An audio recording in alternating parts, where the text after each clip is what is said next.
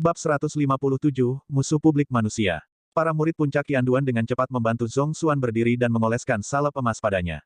Setelah mereka menjemputnya, mereka dengan cepat pergi, melarikan diri dengan cepat. Pada saat ini, ada 3 kapal perang lain yang datang dari Cakrawala. Kata-kata di spanduk kapal adalah, Liu, Liu, Yue, Yue, dan Feng, Feng. Orang-orang dari puncak Wanren, puncak Beichen, dan puncak Gangyu semuanya ada di sini. Sungguh kebetulan, pewaris sejati dari 3 puncak juga adalah pengejar Leng Liusu.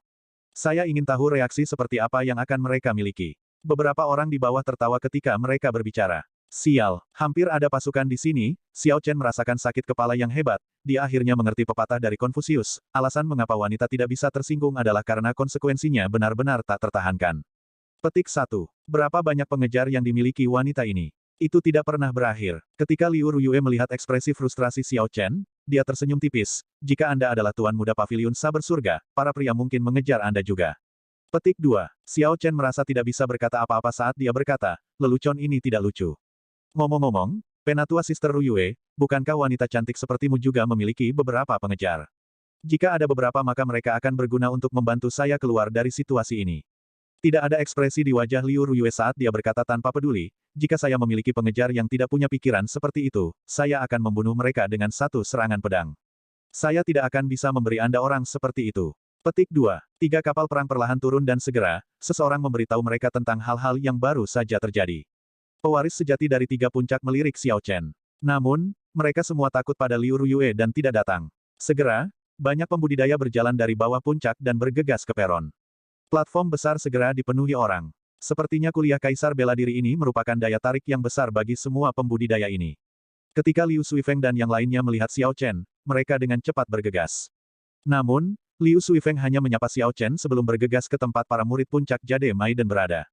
Liu Ruyue mendengus dingin, tidak ada harapan. Petik 2. Bo, sama seperti saat ini, fluktuasi spasial muncul di sekitarnya. Ada riak yang terlihat menyebar di udara, ini adalah tanda kedatangan Raja Bela Diri. Ketika seorang kultivator mencapai Martial Monarch, mereka akan mendapatkan pemahaman awal tentang hukum spasial. Perjalanan ribuan kilometer dalam satu tarikan napas tidak dianggap sulit bagi mereka. Setelah meningkat lebih jauh, mereka akan dapat menyingkat hukum mereka sendiri dan menjadi sage, memiliki umur 1000 tahun. Namun, tidak ada berita tentang bijak bela diri yang muncul di negara Qin besar selama 1000 tahun terakhir. Tiba-tiba, riak berubah berirama. Retakan spasial kecil muncul di platform tinggi di Ascending Heaven Platform, seorang lelaki tua muncul entah dari mana. Wajah lelaki tua itu penuh kerutan dan ada rasa lesu yang datang darinya. Namun, matanya seterang bintang, mereka tampak dalam dan jauh, seolah-olah mengandung alam semesta tanpa batas. Aura yang kuat langsung menyebar ke seluruh puncak gunung. Semua orang bisa merasakan tekanan besar menekan mereka. Platform Heaven Ascending yang bising segera menjadi sunyi. Xiao Chen memandang pembudidaya di peron dan tercengang. Ini kemungkinan akan menjadi puncak Martial Monarch, yang hanya selangkah lagi menjadi seorang sage. Jika umur orang tua itu bisa bertahan cukup lama, mungkin saja dia bisa maju. Sudah lama sejak terakhir kali saya keluar, saya tidak yakin apakah saya akan memiliki kesempatan lagi di masa depan. Baiklah, itu cukup omong kosong dari saya akan berbicara tentang beberapa pengalaman saya. Namun, ingat, setiap orang memiliki gayanya masing-masing, jangan hanya mengikuti orang lain secara membabi buta. Anda harus memahami situasi Anda sendiri dengan baik dan tidak menggigit lebih dari yang bisa Anda kunyah. Suara agak serak lelaki tua itu mencapai telinga semua orang. Suaranya tidak keras tetapi seolah langsung terpatri di benak mereka, sehingga kata-katanya tidak mudah dilupakan. Dulu ketika saya masih muda, saya penuh dengan harapan dan impian. Saya membawa pedang kesayangan saya dan datang ke paviliun pedang surgawi. Saya ingin menjadi pengguna pedang paling kuat di dunia. Saya ingin mempelajari teknik pedang yang tidak dapat diblokir, teknik pedang tercepat di dunia. Ketika saya mulai menjadi tua, saya menyadari betapa menggelikan dan bodohnya saya di masa lalu. Saya akhirnya mengerti konsep menggigit lebih dari yang bisa dikunyah, dan mencoba melompat ke surga dalam satu langkah. Pada saat saya mengerti itu, saya sudah menyia-nyiakan puluhan tahun. Semua orang berpikir pedang adalah yang paling tirani, paling berani. Namun, mereka tidak menyadari bahwa setiap pedang memiliki perasaan dan karakternya sendiri. Baik itu lembut seperti air, atau elegan dan tidak dibatasi, atau lugas dan belak-belakan. Demikian juga, setiap pengguna pedang memiliki kepribadian mereka sendiri. Saya ingat di masa lalu, saya bertemu dengan beberapa jenius yang sangat berbakat. Pedang yang menemaniku selama bertahun-tahun terbelah menjadi 2. Saya beralih di antara beberapa pedang dan berlatih keras selama bertahun-tahun tetapi saya masih tidak dapat menandingi para jenius itu. Beberapa orang dilahirkan diberkati oleh surga. Setiap orang pada akhirnya akan bertemu dengan orang-orang seperti itu. Terlepas dari situasinya, Pedang dapat diganti tetapi hati pengguna pedang tidak boleh terguncang.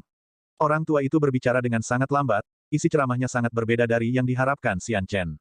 Dia awalnya mengira dia akan menguraikan teknik bela diri yang sangat kuat. Siapa yang tahu bahwa dia hanya akan berbicara tentang pengalaman dan pemahaman seorang lelaki tua. Pidatonya sangat sederhana, dia tidak berbicara tentang klasik atau membahas teori yang mendalam. Orang tua itu hanya berbicara tentang setiap kesulitan yang dia alami di setiap bidang kultivasi yang dia lalui. Pengalaman biasa yang disertai dengan cara berbicara yang biasa tentang orang tua itu tidak menghasilkan perbaikan atau pencerahan yang tiba-tiba. Namun, semua orang yang hadir telah memperoleh beberapa pemahaman. Ini karena pengalaman yang dibicarakan orang tua itu dialami oleh para kultivator dari berbagai alam kultivasi. Mereka dapat memperoleh jawaban atas banyak kesulitan yang mereka hadapi dari kata-kata orang tua itu. Ketika lelaki tua itu berbicara tentang kesulitan dan kemunduran yang dia hadapi ketika dia menjadi Grandmaster bela diri, Xiao Chen mendengarkan dengan sangat hati-hati. Setelah itu, dia membandingkannya dengan situasinya saat ini, banyak masalah yang dia hadapi tiba-tiba terselesaikan. Selanjutnya, ketika dia berbicara tentang alam martial Sein, itu memberi Xiao Chen panduan, memungkinkan dia untuk membuat jalannya lebih mulus. Orang tua itu tidak hanya berbicara tentang pengalamannya sendiri, dia bahkan berbicara tentang beberapa pemahaman uniknya terhadap teknik pedang. Setiap penjelasan akan disertai dengan pengalaman pribadinya, menggunakan pengalaman nyatanya sebagai studi kasus. Tidak ada celah dalam apa yang dia katakan, semua orang yang hadir dapat memahaminya dengan mudah. Xiao Chen tidak bisa tidak mengagumi pria tua ini adalah Grandmaster sejati. Dia tidak berbicara tentang sesuatu yang palsu, atau berpura-pura tahu apa-apa, dia tidak berbicara tentang teori yang mendalam namun kosong atau konsep rumit yang tidak perlu. Karena tidak seorang pun akan dapat memahami kata-kata seperti itu dan hanya akan menimbulkan lebih banyak pertanyaan. Bakat seseorang menentukan seberapa cepat dia bisa berkembang. Namun, ketekunan seseorang menentukan seberapa jauh dia bisa berjalan. Seseorang tidak bisa menyerah karena kurangnya bakat, memandang rendah diri mereka sendiri. Tekad adalah faktor yang lebih penting. Setelah lelaki tua itu mengatakan ini, dia pergi dengan tenang tanpa jejak. Suaranya masih bergema di telinga semua orang. Hal ini mengakibatkan tidak ada yang menyadari orang tua itu telah pergi.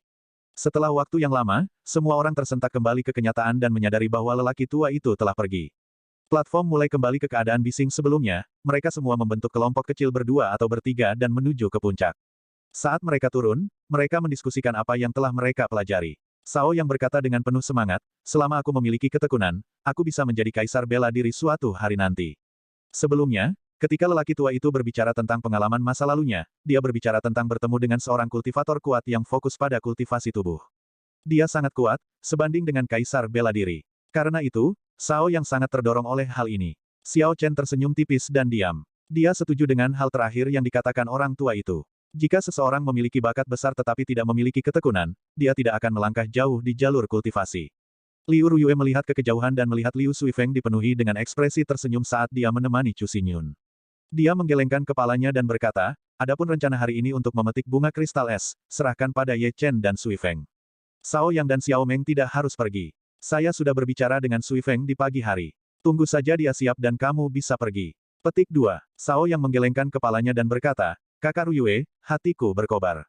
Tolong biarkan aku pergi juga. Membakar kepalamu. Liu Ruyue menggunakan gagang pedangnya untuk memukul kepala Sao yang gagah.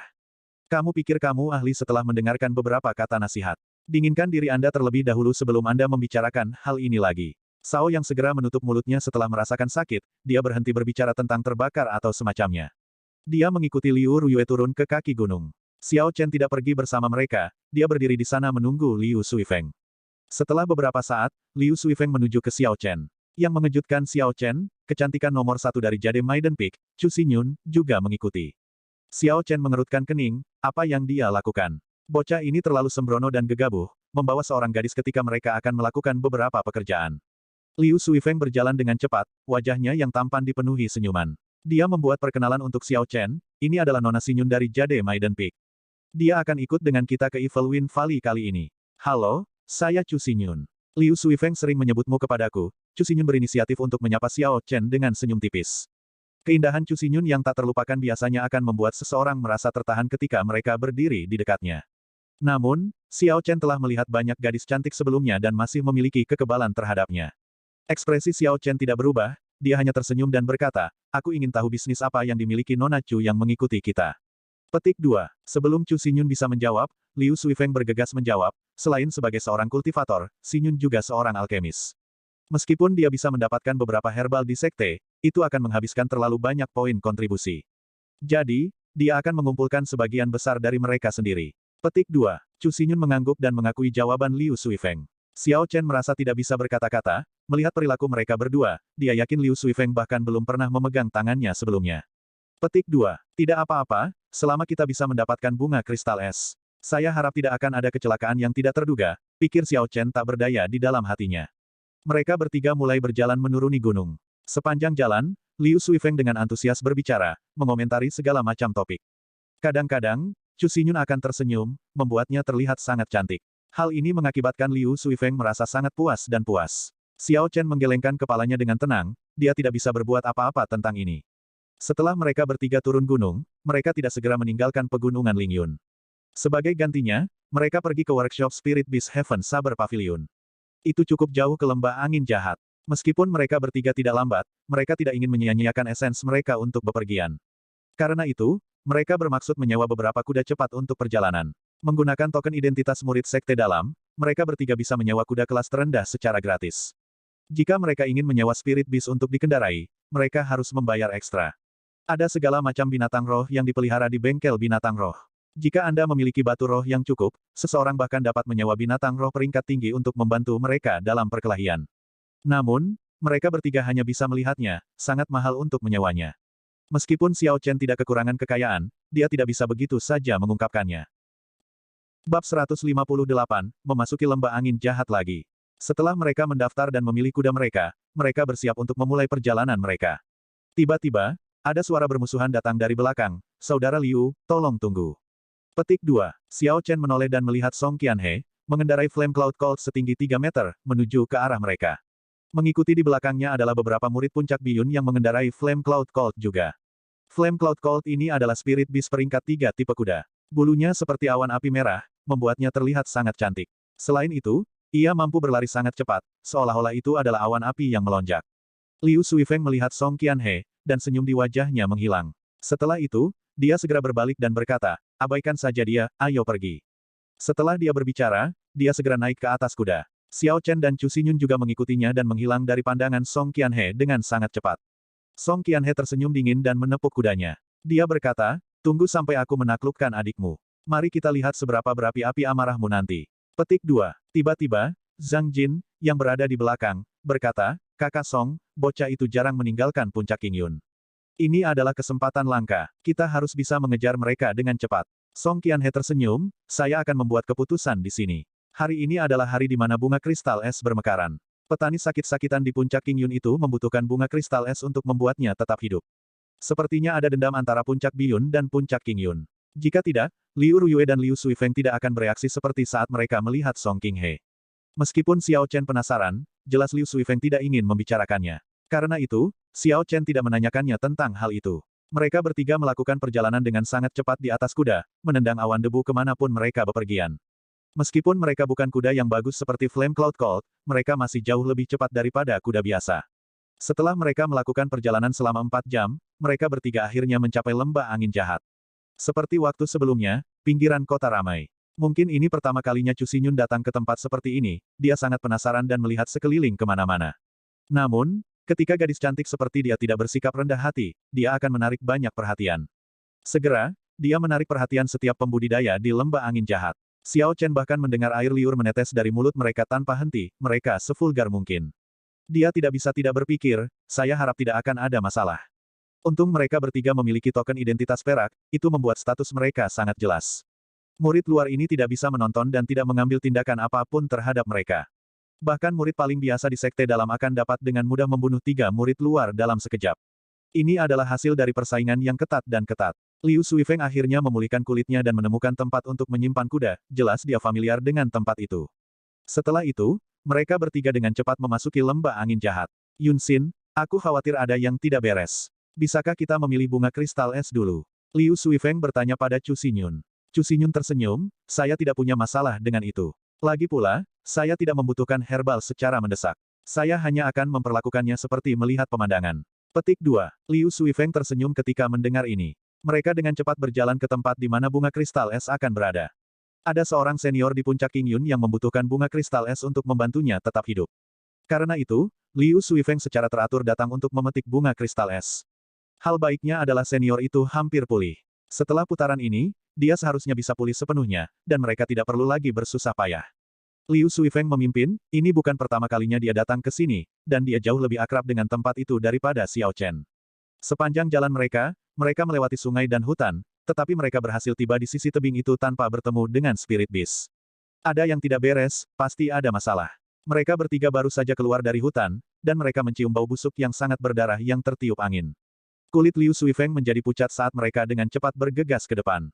Di bawah tebing yang menjulang tinggi, ada dua kera es muda yang mati tergeletak di sana. Peti mereka dibelah, dan bagian berharga serta inti roh telah diambil. Ketika mereka melihat ke sisi tebing, tempat di mana bunga kristal es semula berada sekarang kosong. Bahkan akar dan daunnya telah dicabut oleh seseorang. Ini adalah ramuan yang mereka butuhkan untuk menyelamatkan seseorang, namun, itu telah diambil oleh seseorang. Liu Suifeng memiliki pandangan kosong saat dia bergumam, bagaimana jadinya seperti ini? Siapa yang begitu jahat hingga mencabut akarnya? Xiao Chen memeriksa tubuh kera es muda dan menemukan darah mereka belum kering. Berdasarkan keadaan luka, jelas orang itu telah pergi baru-baru ini. Xiao Chen mengulurkan sens spiritualnya, dan seketika, segala sesuatu dalam jarak 2000 meter aneh muncul di benaknya. Xiao Chen melenyapkan setiap kultivator satu per satu. Akhirnya, Xiao memperhatikan dua master bela diri, mereka menyembunyikan token identitas perak mereka dari pandangan. Xiao Chen menarik sens spiritualnya dan mengubahnya menjadi seutas benang. Dia memindai tubuh mereka berdua dan menemukan salah satu dari mereka membawa bungkusan berisi bunga kristal es di pelukannya. Setelah berjalan cukup lama, mereka berhenti di tengah hutan. Sekelompok pembudidaya yang mengendarai Flame Cloud Colt telah menunggu lama di sana. Yang memimpin mereka tidak lain adalah Song Qianhe. Dia menerima aliran kristal es dan mengungkapkan senyum sinis. Dia berkata, Liu Ruyue, mari kita lihat bagaimana kamu menolakku kali ini.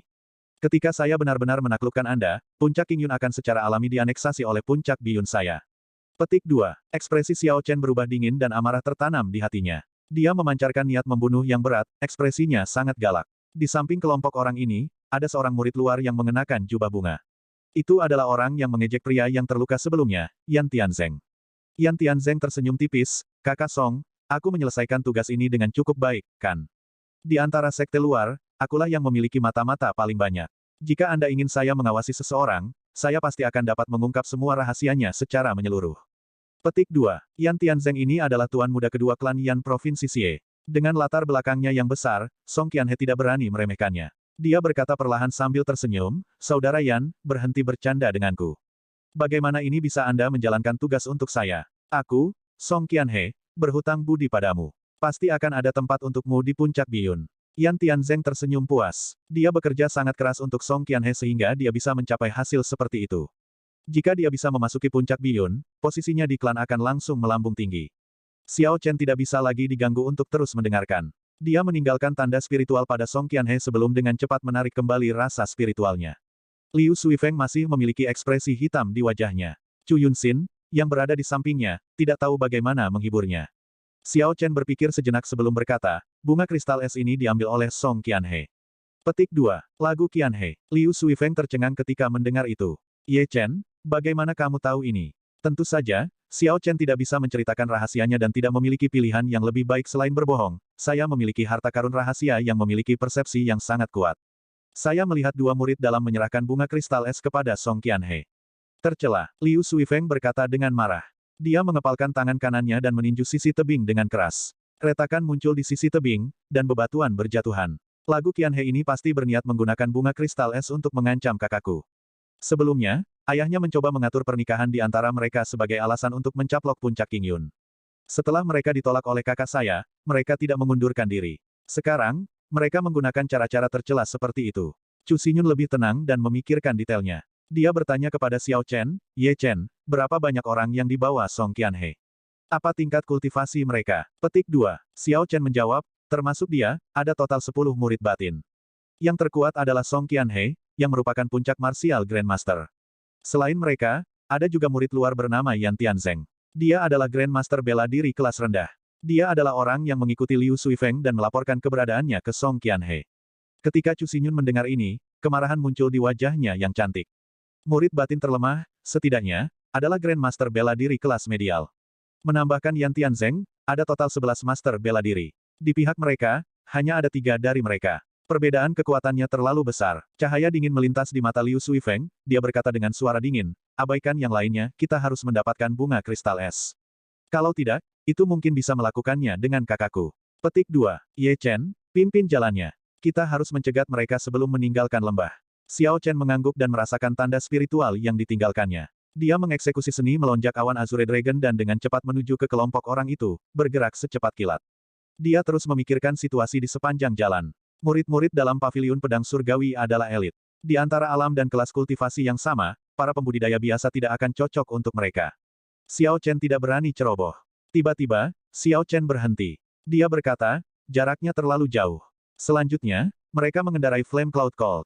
Kita tidak akan pernah bisa mengejar. Setelah dia berbicara, sebuah kapal perang perak muncul dari matanya. Dia mengabaikan keterkejutan mereka dan segera berkata, cepat, naik. Petik 2. Situasinya mendesak. Meskipun Chu Yunxin dan Liu Suifeng tercengang, mereka tidak memiliki kesempatan untuk mengajukan pertanyaan. Mereka langsung melompat tanpa sepatah kata pun. Setelah mereka berdua naik, Xiao Chen mengoperasikan formasi di kapal perang perak dengan sekuat tenaga. Mereka berubah menjadi kilatan perak saat mereka terbang dengan cepat ke depan. Hanya butuh beberapa saat bagi Xiao Chen untuk bergegas mendahului kelompok Song Qianhe.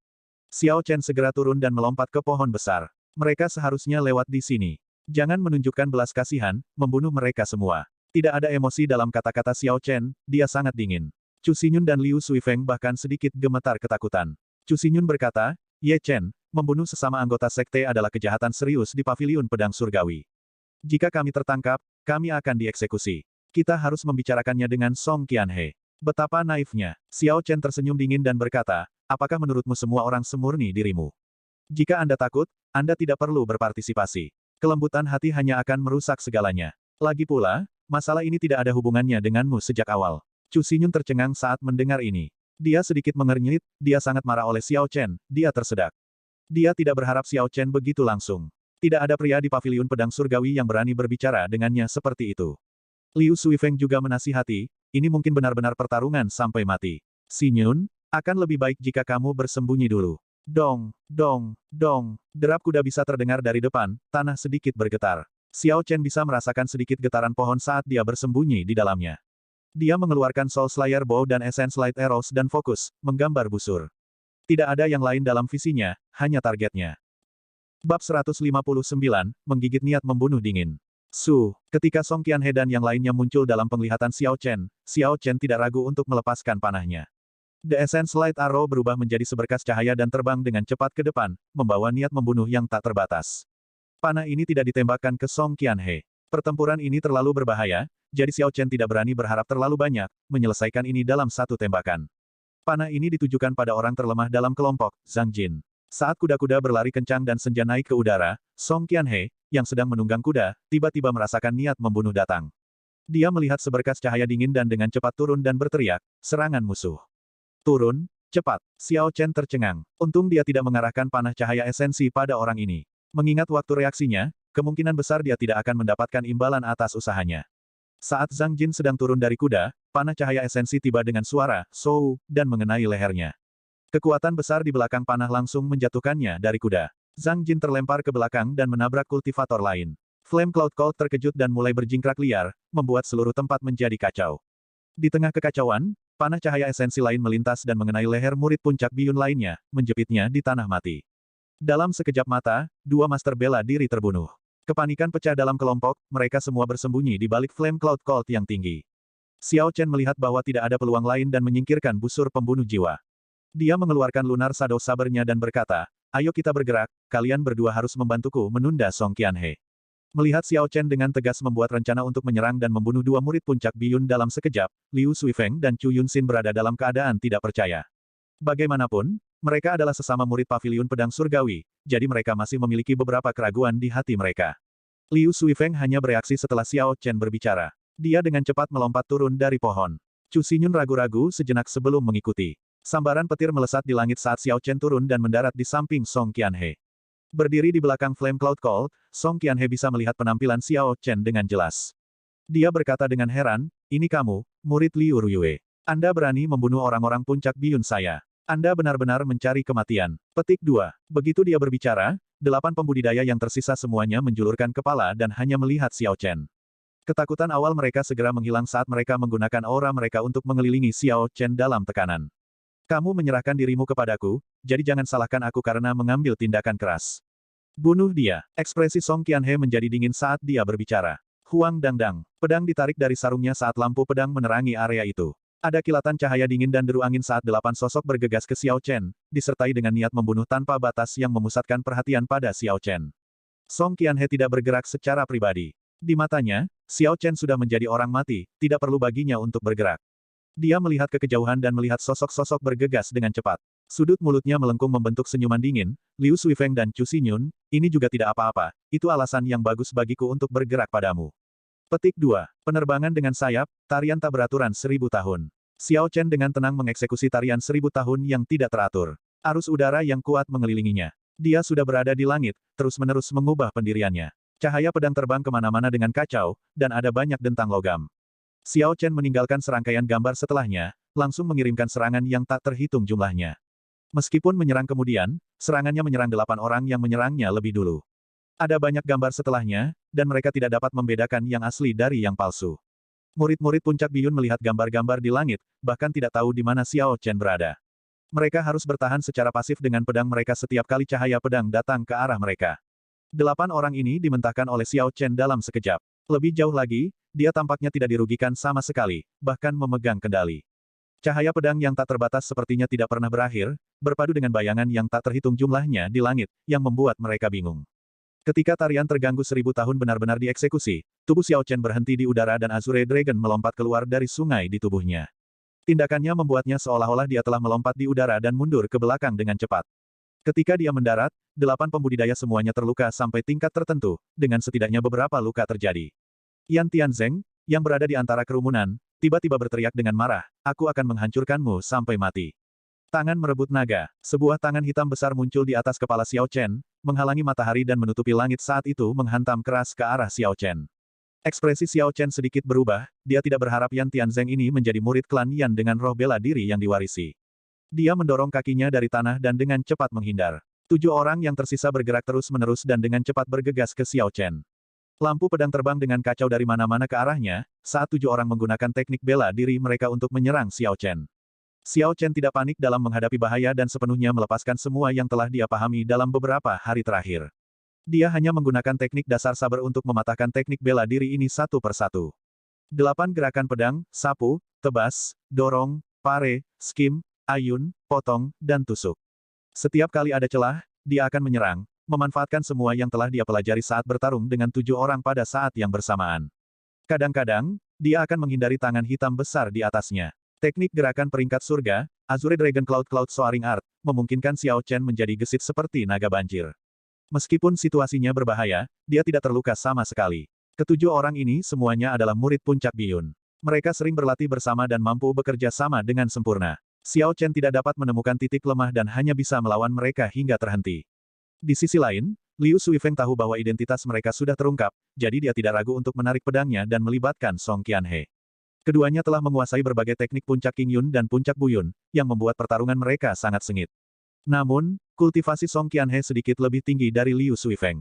Dia telah memegang keuntungan sejak awal. Jika bukan karena Chu Xinyun membantu Liu Suifeng di samping, situasi berbahaya mungkin akan terjadi. Chu Xinyun, apakah kamu lupa aturan paviliun pedang surgawi?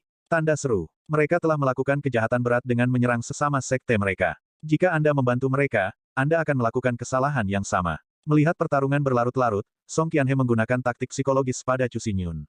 Kata-kata ini adalah persis apa yang melanda saraf Chu Xinyun ini. Tangannya tidak bisa membantu tetapi berhenti sejenak. Song Qianhe tersenyum dingin dan memanfaatkan kesempatan ini untuk mengirimkan 3 gambar. Tubuhnya seperti air yang mengalir dan kecepatannya tiba-tiba berlipat ganda. Ini adalah 3 gambar awan mengalir dari puncak biyun. Liu Suifeng, yang telah bekerja dengan Chu Xinyun, tertangkap basah dan dipukul oleh 3 pedang. 3 luka berdarah muncul di dadanya, dan darah langsung mengalir keluar. Melihat Liu Suifeng terluka, Chu Xinyun tiba-tiba tersadar. Dia dengan cepat bergerak untuk memblokir pukulan membunuh Song Qianhe. Mereka berdua bekerja sama sekali lagi untuk bertahan melawan serangan Song Qianhe. Namun, jelas mereka berada pada posisi yang kurang menguntungkan. Xiao Chen menangani pedangnya dengan terampil dan menangani lampu pedang dari 7 orang. Dia melihat pemandangan sebelumnya dengan jelas dan hanya bisa menghela nafas. Pada titik penting seperti itu, Chu Xinyun sebenarnya masih linglung. Wanita ini tidak bisa diandalkan.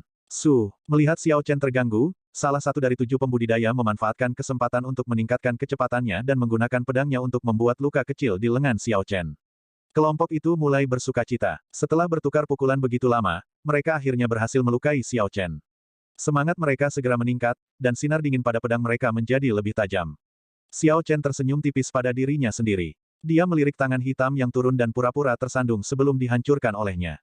Dia terhuyung-huyung dan jatuh sebelum naik kembali dengan cara yang menyedihkan. Kelompok di belakangnya segera memanfaatkan celah yang dibuat dan menggunakan beberapa lampu pedang untuk meretasnya.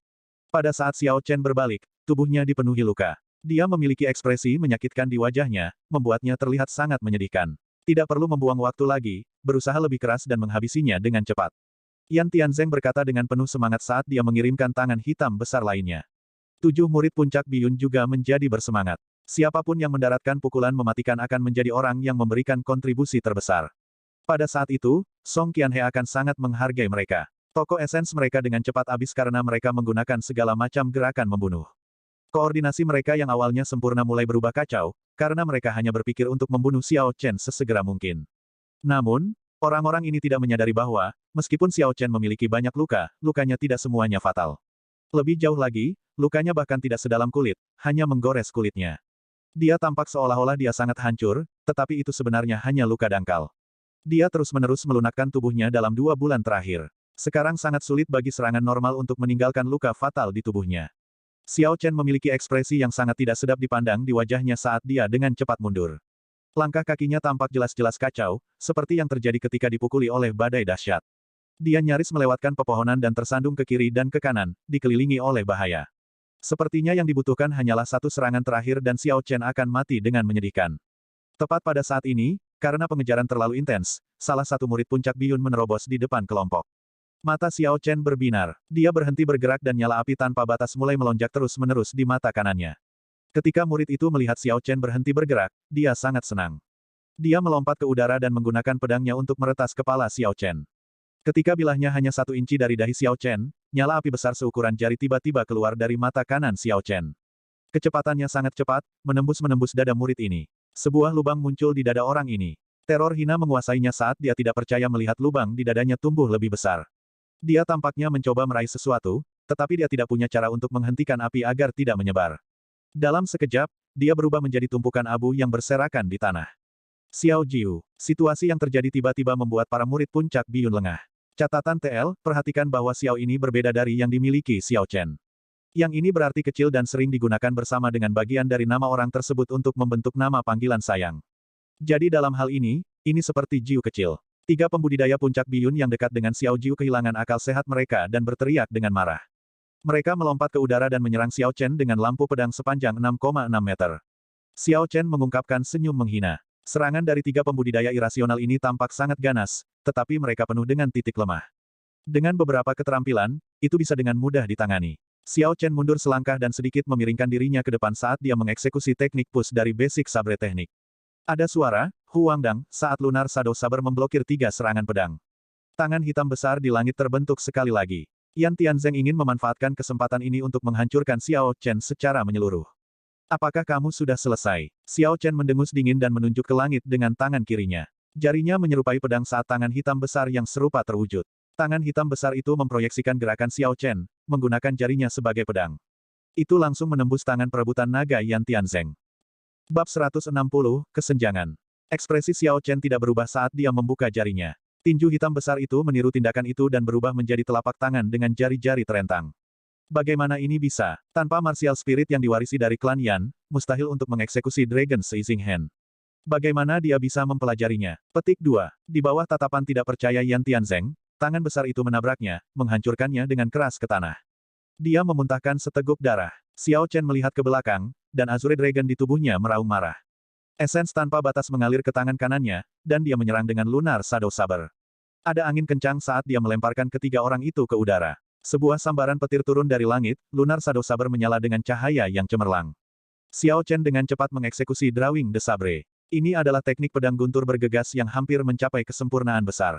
Serangan ini secepat kilat. Itu membawa angin dingin saat memotong orang yang bersiap untuk menyelinap menyerang dari belakangnya menjadi 2.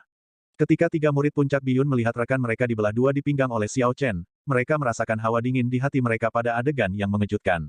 Mereka tertegun sejenak sebelum mereka menggenggam pedang mereka dengan erat sekali lagi dan bergegas mendekat. Xiao Chen tersenyum tipis dan maju selangkah. Sambaran petir lain melintas di langit saat momentum Xiao Chen perlahan meningkat. Menghadapi tiga murid puncak biyun yang bergegas maju, Xiao Chen menggenggam gagang pedangnya dengan erat. Dia dengan santai mengayunkannya, dan cahaya busur yang cemerlang muncul, itu berkedip-kedip dengan listrik. Bang! Xiao Chen berteriak, dan lampu busur bergetar hebat. Itu mengeluarkan suara keras dan menghasilkan gelombang kejut yang kuat saat meledak. Tiga pembudidaya segera diledakkan kembali. Ada langkah kaki yang datang dari belakang mereka. Tiga pembudidaya yang tersisa datang padanya dari belakang. Xiao Chen mengabaikan mereka, dan dia melayang ke udara, disertai dengan gemuruh guntur. Xiao Chen telah menyempurnakan potongan surga yang bergegas ini. Tubuhnya tampak merobek ruang, menciptakan cahaya berwarna pelangi. Cahaya berwarna pelangi menghilang dalam sekejap. Setelah keheningan yang lama, ada ledakan keras. Itu menembus seorang kultivator dan menghancurkannya hingga berkeping-keping. Xiao Chen berhenti dengan aneh di udara, tidak berdiri di atas apapun. Gemeretak guntur terus bermekaran di belakangnya. Gelombang suara bergema di sekitarnya, menyebabkan daun-daun pohon di hutan lebat berguguran. Karena dia tidak ingin terganggu, Song Qianhe tidak memperhatikan pertarungan di sisi lain. Sekarang Xiao Chen membuat keributan seperti itu, dia tidak bisa tidak melihat bahkan jika dia tidak mau. Pada akhirnya, setelah dia melihat, Song Qianhe menjadi pucat. Dia awalnya mengira dia bisa berurusan dengan Xiao Chen dengan mudah. Namun, Xiao Chen telah membunuh tiga murid biyun dan bahkan berada di atas angin. Liu Suifeng dan Chu Xinyun juga heran dengan kekuatan Xiao Chen. Mereka dengan cepat menghalangi Song Qianhe, mencegahnya pergi untuk membantu. Pertarungan antara mereka bertiga menjadi lebih intens. Song Qianhe menjadi lebih cemas, pukulannya menjadi lebih berat, menyebabkan mereka berdua mundur. Namun, setelah Chu Xinyun mengungkapkan kekuatannya yang sebenarnya, tidak ada masalah dalam menghadapi serangan Song Qianhe. Cepat guntur bergegas. Xiao Chen berteriak pelan, dan pedang itu meledak dalam cahaya. Dia seperti sambaran petir, turun dari langit dan mendarat di kepala murid puncak biyun. Lunar Shadow Saber ditebang, menciptakan suara, "Kakak." Senjata roh yang digunakan pembudidaya untuk memblokir segera pecah menjadi dua bagian. Lunar Shadow Saber tidak berhenti setelah itu, membelah kultivator ini menjadi dua bagian, secara vertikal di tengah. Melihat dua orang di samping, Xiao Chen tidak berhenti untuk beristirahat. Menghubungkan gerakannya dengan mulus seperti air yang mengalir, dia mengeksekusi chop rantai kedua Rusing Thunder. Momentum Xiao Chen sekarang meningkat ke puncaknya. Perasaan yang dia berikan seperti dewa guntur. Dengan momentum yang dibawa maju dari 4 gerakan sebelumnya, pedang sekarang membawa kekuatan yang sangat besar di belakangnya. Itu juga sangat cepat, itu tidak dapat diblokir. Dua pembudidaya di samping dipotong dengan bersih menjadi dua. Energi yang luar biasa menyetrum mereka sampai hangus hitam. 3 lagi, Xiao Chen menarik pedangnya dan berdiri tegak, momentum yang dia kumpulkan perlahan menghilang. 3 pembudidaya yang tersisa sekarang benar-benar ketakutan. Mereka ingin lari tetapi tidak dapat melakukannya. Mereka takut Song Qianhe akan menimbulkan masalah bagi mereka jika mereka melakukannya. Jika itu terjadi, mereka akan mengalami masa-masa yang mengerikan di puncak biyun. Esensnya seharusnya hampir habis, tidak perlu takut. Mereka bertiga saling menghibur saat mereka bergegas ke Xiao Chen. Xiao Chen tersenyum tipis saat dia tiba-tiba menjadi kabur. Lunar Shadow Saber berubah menjadi 3, dan kecepatannya langsung berlipat ganda. Ini adalah 3 gambar awan yang mengalir, bagaimana dia mempelajarinya. Tanda seru. Petik 2. Ini adalah teknik rahasia yang hanya bisa dipelajari oleh pewaris sejati puncak biyun. Setelah mencapai kesempurnaan besar, itu akan setara dengan teknik bela diri peringkat bumi. Mereka bertiga tidak bisa mengerti bagaimana Xiao Chen mengeksekusinya. Mereka bertiga tertangkap basah saat Xiao Chen bergerak melewati mereka dengan mulus, meninggalkan luka mengerikan pada mereka. Darah mengucur tak henti-hentinya. Menarik, gumam Xiao Chen pada dirinya sendiri. Dia tidak menyangka 3 gambar awan mengalir menjadi begitu perkasa saat pertama kali dia mengeksekusinya menggunakan formula mengubah karakter Battle Sage Origin. Itu selembut dan setenang air yang mengalir, namun memiliki kekuatan sungai yang bergelombang, memancar tanpa henti tetapi bergerak seperti yang diinginkan, mengakibatkan seseorang tidak dapat mengikutinya dengan mata mereka. Ini adalah intisari dari 3 gambar awan yang mengalir. Setelah dia mengeksekusi 3 gambar awan yang mengalir, Xiao Chen mengalami pemahaman yang tiba-tiba. Ini adalah keadaan yang ajaib, itu adalah sesuatu yang dapat ditemukan tetapi tidak dicari. Xiao Chen benar-benar lupa tentang situasi di sekitarnya, dia tenggelam dalam keadaan ajaib ini. Formula perubahan karakter Battle Sage Origin terus-menerus mereplikasi 3 gambar awan yang mengalir. Seluruh tubuh Xiao Chen seperti aliran kecil, mengalir terus-menerus. Aliran itu perlahan-lahan melonjak dengan keras dan menjadi sungai yang mengalir deras. Itu melonjak dan deras, menciptakan banyak percikan. Tidak, itu tidak benar. Ini bukan perasaan dari 3 gambar awan yang mengalir, pikir Xiao Chen dalam hati saat pola gerakan kakinya berubah. Sungai yang deras perlahan menjadi tenang dan berubah menjadi laut yang damai. Tidak ada ombak di laut, permukaannya seperti cermin. Awan mengambang berenang dengan cepat di permukaan, seolah-olah itu adalah langit lain. Air mengalir perlahan di bawah permukaan. Di bawah serangan yang tenang dan tanpa henti selama waktu yang lama oleh air, sebuah batu, seukuran gunung, berubah menjadi depresi di tanah. Tiba-tiba, Xiao Chen terbangun. Dia tidak bisa tidak terkejut ketika dia melihat sekelilingnya, dia tanpa sadar telah berjalan sejauh 100 meter. Ketiga murid puncak biyun juga diseret olehnya. Tubuh mereka benar-benar tertutup luka, masing-masing dari mereka sangat dalam. Mereka sudah mati semampu mereka. Tempat-tempat yang dilewati Xiao Chen memiliki celah sedalam 1 meter. Itu seperti air yang mengalir melaluinya, itu sangat halus tanpa benjolan. Song Qianhe memandang dengan heran, matanya dipenuhi dengan ketidakpercayaan. Dia bergumam pada dirinya sendiri, ini adalah keadaan kesempurnaan seperti air. Bahkan ayah saya belum mencapai ini. Petik 2. Mengambil keuntungan dari gangguan Song Qianhe, Liu Suifeng berteriak, dan cahaya pedang tiba-tiba muncul di pedangnya. Saat cahaya pedang menekan ke depan, Song Qianhe merasakan aura berbahaya. Dia dengan cepat mengalihkan perhatiannya kembali dan memblokir serangan ini. Saat Xiao Chen berjalan, dia menatap Song Qianhe, yang sedang bertarung. Yan Tianzeng, yang berada di samping, perlahan pulih, berjuang untuk berdiri.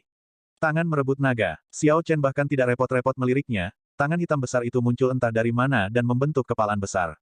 Bumi bergetar. Yan Tianzeng ditumbuk menjadi pasta daging.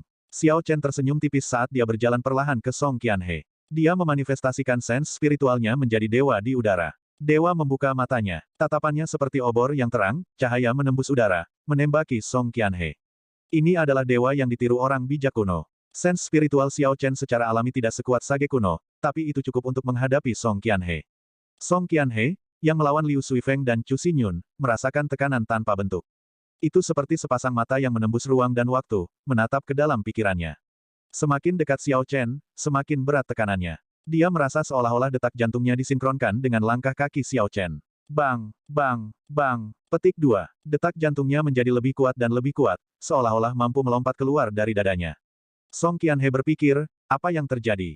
Orang ini hanya Grandmaster bela diri kelas rendah. Tidak perlu panik. Saya harus tetap tenang. Meskipun Song Qianhe melakukan yang terbaik untuk tetap tenang, tangan dan kakinya tampak seperti diikat.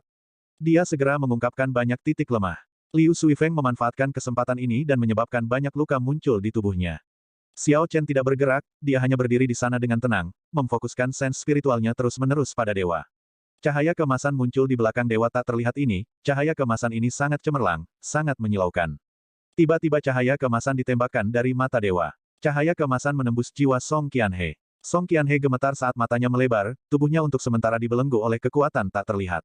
Setelah dewa menembakkan cahaya keemasan, itu segera pecah. Xiao Chen memanfaatkan kesempatan ini dan mengeksekusi Azure Dragon Cloud Soaring Art. Dia tampaknya telah berubah menjadi naga banjir dan melayang ke udara. Awan debu ditendang saat Xiao Chen melewati Liu Suifeng dan Chu Xinyun. Dia tiba di depan Song Qianhe dalam sekejap dan menggunakan pedangnya untuk meretas dadanya. Ledakan. Terdengar suara logam yang keras. Orang ini sebenarnya mengenakan armor pertempuran peringkat bumi kelas superior. Serangan Xiao Chen tidak berhasil membunuhnya dalam satu pukulan. Namun, kekuatan besar yang berkumpul di pedang membuatnya terbang mundur. Darah menetes dari sudut mulutnya, itu jelas dia menderita cedera yang signifikan. Song Qianhe terbangun dengan kenyataan, dia melihat bahwa dia telah kehilangan keuntungan, dan dia berbalik untuk pergi dengan cepat. Memikirkan untuk berlari. Tinggalkan bunga kristal es. Liu Suifeng berteriak dengan marah. Dia melompat dari tanah, dan dia mulai berputar di telapak tangannya. Liu Suifeng dengan cepat melemparkan pedang yang berputar cepat, menyebabkan badai yang hebat. Badai langsung melilit Song Qianhe dan naik ke udara, ada tangisan menyedihkan yang datang dari dalam. Ketika akhirnya berhenti, Song Qianhe dipenuhi luka dan jatuh dari langit. Xiao Chen berjalan maju dan melepaskan cincin tata ruangnya. Menuangkan semuanya, banyak batu roh kelas rendah jatuh ke tanah, bersama dengan banyak pil obat dan uang kertas berkualitas baik. Xiao Chen mengeluarkan bunga kristal es dari tumpukan barang dan menyerahkannya kepada Liu Suifeng. Senyum muncul di wajah Liu Suifeng saat dia menerimanya dengan gembira. Melihat bahwa setidaknya ada 100 batu roh kelas rendah, seringai Liu Suifeng menjadi lebih besar.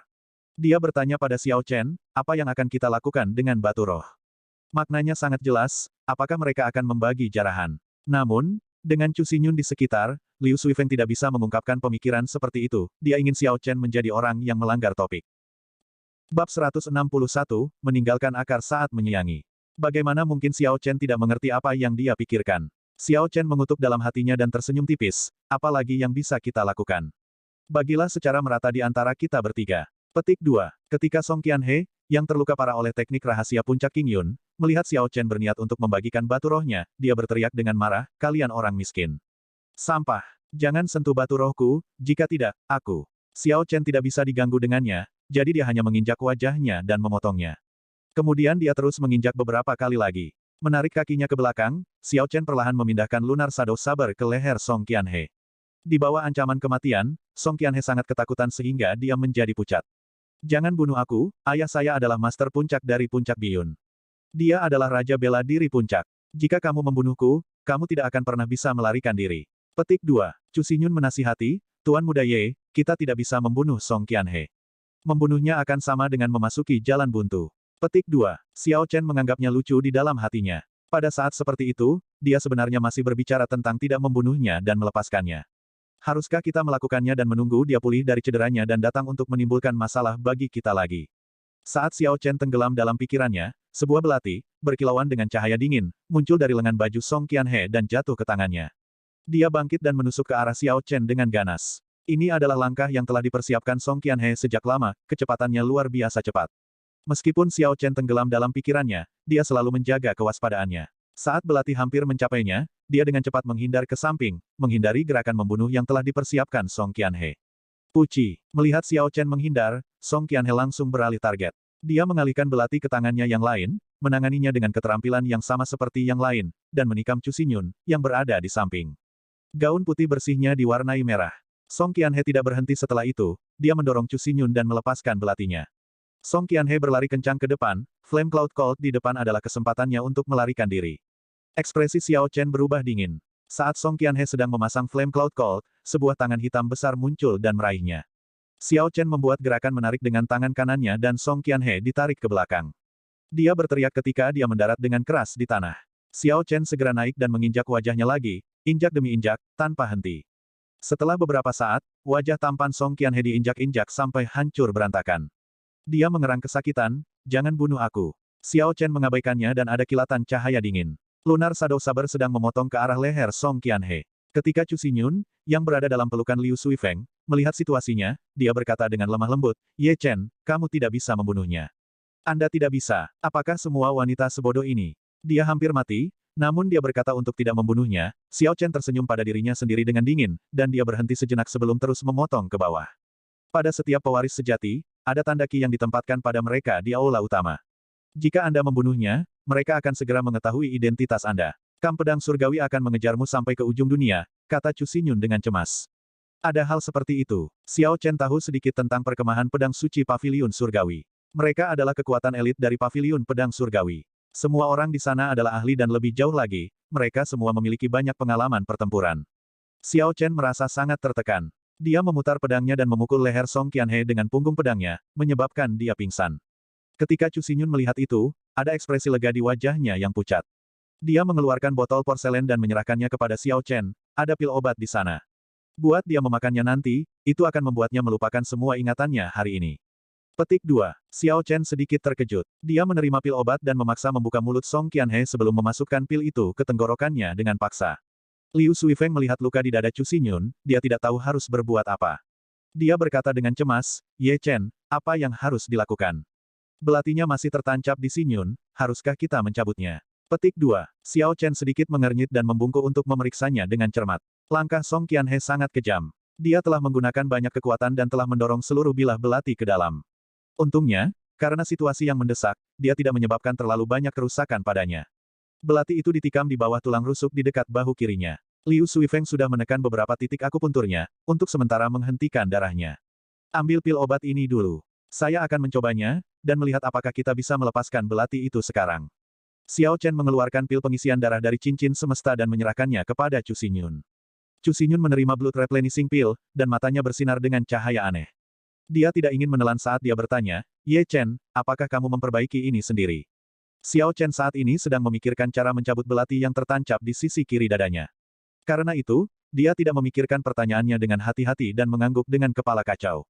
Dia mengubah sens spiritualnya menjadi benang halus dan mengirimkannya ke lukanya. Xiao Chen sekarang dapat melihat bahwa belati itu memiliki kait terbalik kecil yang tak terhitung jumlahnya di bagian depan dan belakang bilahnya.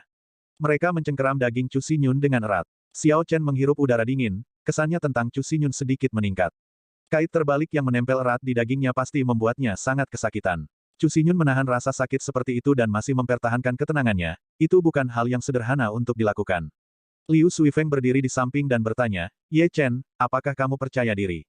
Kita harus mencabut belati ini secepat mungkin. Semakin lama kita menunda, akan semakin parah.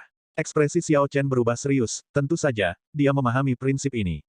Namun, dia bukan seorang profesional di bidang seperti itu. Meskipun dia memiliki beberapa ide, dia tidak sepenuhnya yakin itu akan berhasil. Belati ini memiliki banyak kait terbalik. Mereka telah melekat pada daging. Apalagi lukanya sangat dalam. Saya tidak terlalu percaya diri. Xiao Chen mengatakan yang sebenarnya setelah ragu-ragu sejenak.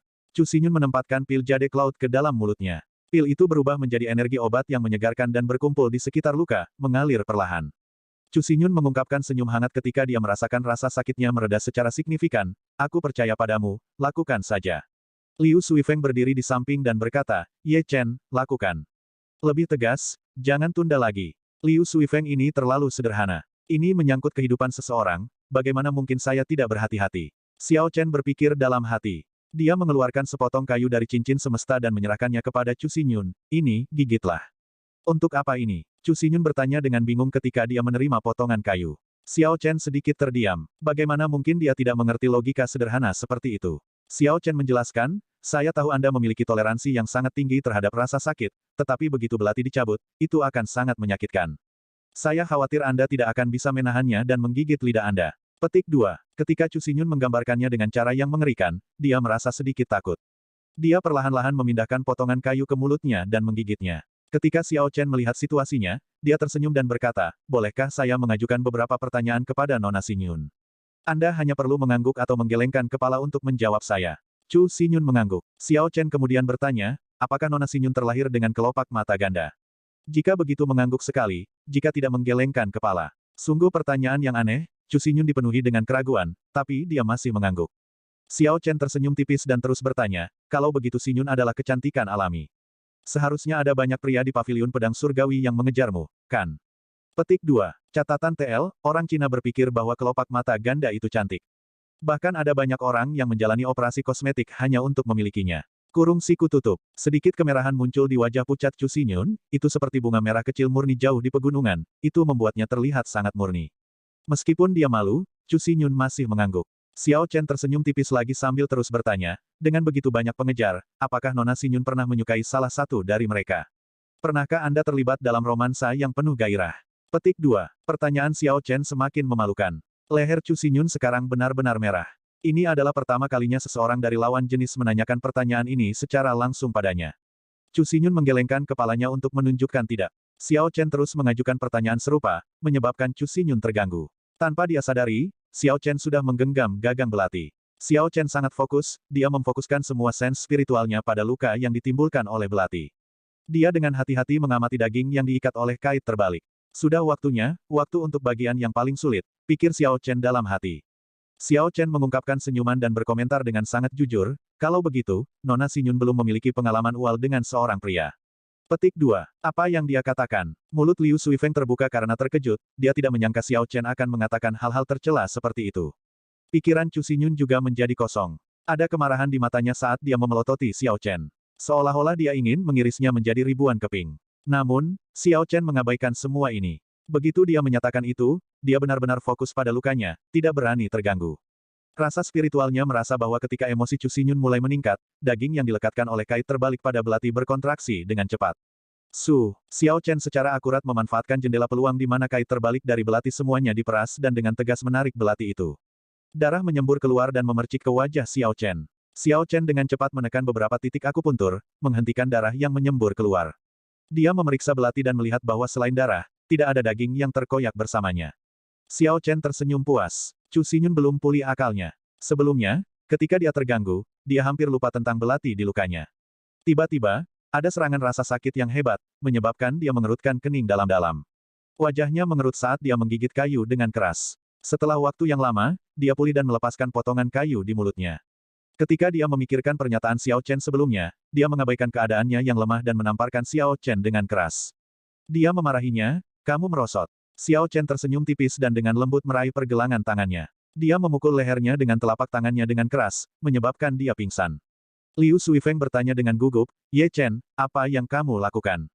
Xiao Chen menjelaskan, dia saat ini sangat lemah. Jika dia gelisah sekarang dan bergerak, itu tidak baik untuk tubuhnya. Lebih baik dia istirahat. Sebenarnya, Xiao Chen juga merasa bersalah, dia takut Chu Xinyun akan membuat masalah besar dari ini, mengejarnya tanpa henti. Oh, Liu Suifeng mengangguk mengerti. Tiba-tiba, dia ingat apa yang terjadi sebelumnya. Dia bertanya dengan ragu-ragu, Kakak Ye Chen, mengapa kamu mengatakan itu sebelumnya? Petik 2. Xiao Chen benar-benar harus menjelaskan ini kepada Liu Suifeng, sebelum dia salah paham. Xiao Chen berkata, desain belati ini sangat berbahaya. Itu ditutupi dengan kait terbalik. Mereka telah menembus dan menempel pada daging Chu Xinyun lebih awal. Meskipun dia tidak menangis, tubuhnya sangat tegang, otot-ototnya sangat kencang. Jika saya tidak mengalihkan perhatiannya, ketika saya mencabut belati, dia akan kehilangan setidaknya 2 kali lebih banyak darah daripada yang dia lakukan. Petik 2. Bab 162, Chu Xinyun yang pemalu. Xiao Chen berhenti setelah dia mengatakan ini. Kemudian dia mengeluarkan belati dan melanjutkan, permukaan belati tidak akan begitu bersih jika saya tidak melakukannya. Jika tidak, itu akan merobek sepotong besar daging. Aku takut dia bahkan akan menggigit potongan kayu itu. Liu Suifeng berpikir sejenak dan merasa bahwa apa yang dikatakan Xiao Chen masuk akal. Ekspresinya berubah hangat, dan dia berkata, Ye Chen, terima kasih. Anda tidak hanya membantu saya mendapatkan kembali bunga kristal es, Anda bahkan menyelamatkan Chu Xinyun. Xinyun mungkin salah paham denganmu, tapi aku akan membantumu menjelaskannya nanti. Xiao Chen tersenyum tipis dan menepuk punggung Liu Suifeng, jangan katakan itu. Saya telah menerima banyak perawatan dari Elder Sister Ru Yue di King Yun Peak. Melakukan semua ini diharapkan dari saya. Adapun kesalahpahaman yang dia miliki, tidak perlu khawatir tentang itu. Bagaimanapun, dia saat ini hampir pulih. Saya tidak akrab dengannya, jadi tidak ada masalah menanggung cacat seperti itu. Petik 2. Setelah Xiao Chen berbicara, dia mengeluarkan pil pengisi darah dan gulungan perban. Setelah kera es melukainya, dia membeli ini jika dia membutuhkannya. Perban itu dilapisi dengan obat-obatan berkualitas baik, itu jauh lebih efektif daripada perban biasa. Xiao Chen menyerahkan perban dan pil obat kepada Liu Suifeng, berkata, pergi bantu perban lukanya. Pada akhirnya, Liu Suifeng mengambil perban dan pil dan berjalan di sekitar Chu Xinyun beberapa kali. Dia tidak tahu harus berbuat apa. Setelah beberapa saat, dia tersipu dan berkata, Saudara Ye Chen, lebih baik Anda melakukannya. Saya tidak punya pengalaman. Petik 2. Apa-apaan. Bocah ini hanya menyuruhku untuk lebih tegas sebelumnya. Saat gilirannya, dia berbalik dan berlari. Pikir Xiao Chen tak berdaya. Apakah kamu tidak mengejarnya? Ini adalah kesempatan bagus bagi Anda untuk tampil. Anda ingin saya melakukannya. Apa kamu yakin? Liu Suifeng bersenandung dan bergumam, tidak pantas bagi pria dan wanita untuk berhubungan satu sama lain. Saya takut setelah Xinyun bangun, dia akan menyalahkan saya. Biasanya, Liu Suifeng tampak sangat riang dan santai, namun sekarang dia sangat pendiam. Xiao Chen benar-benar kehilangan kesabaran dan mengambil kembali pil dan perban. Sila, ini bukan pertama kalinya Xiao Chen melakukan ini, dia sudah sangat akrab dengan ini. Dalam waktu singkat, dia merobek pakaian di sekitar luka Chu Xinyun.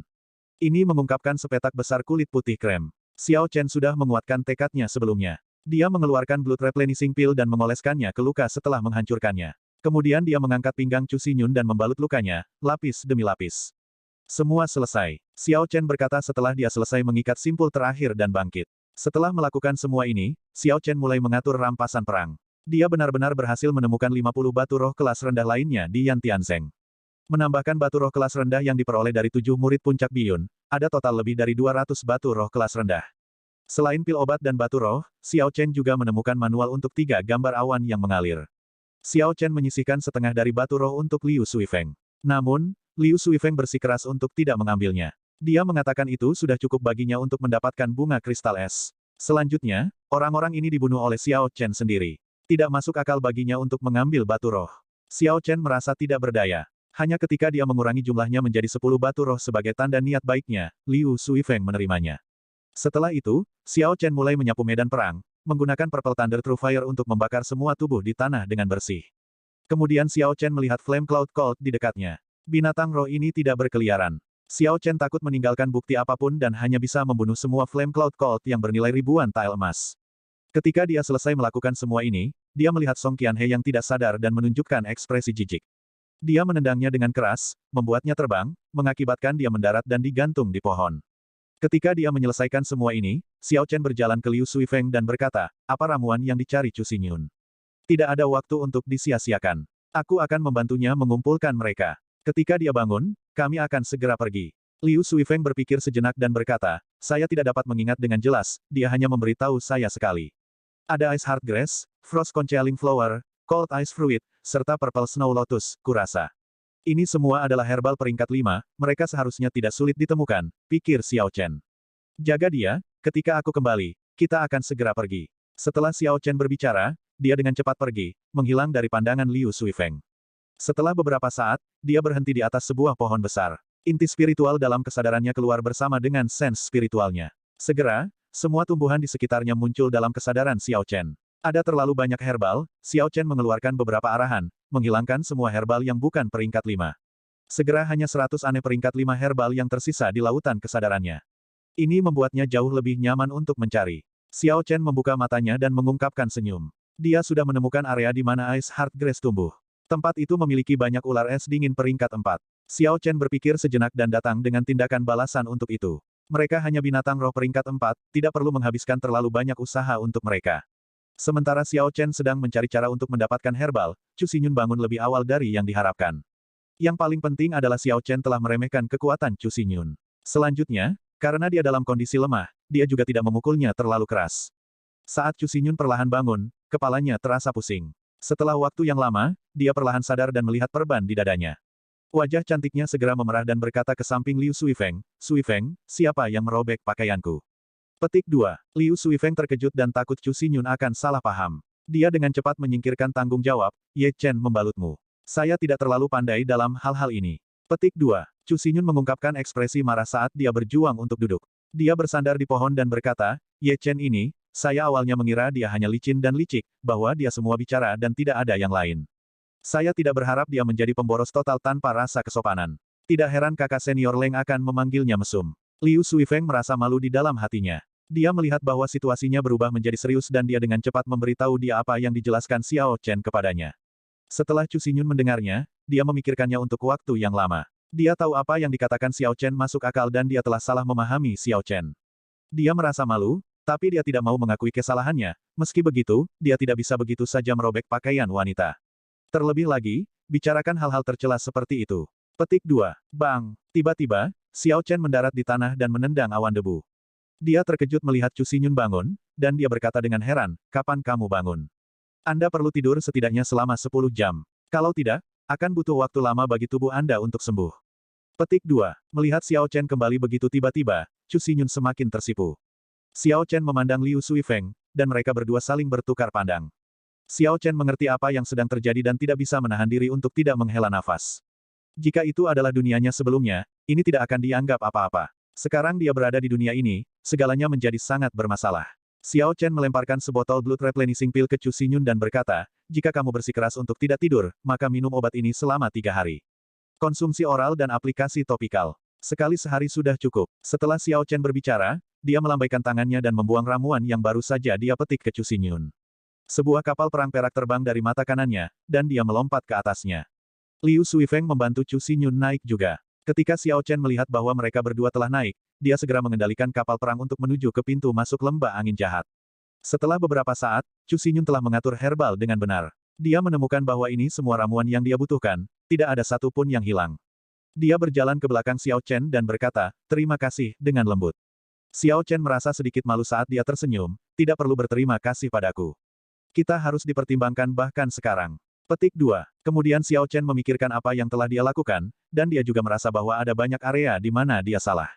Meskipun semua yang dia lakukan adalah dengan niat baik, adalah salah jika dia membicarakan hal seperti itu kepada seorang gadis.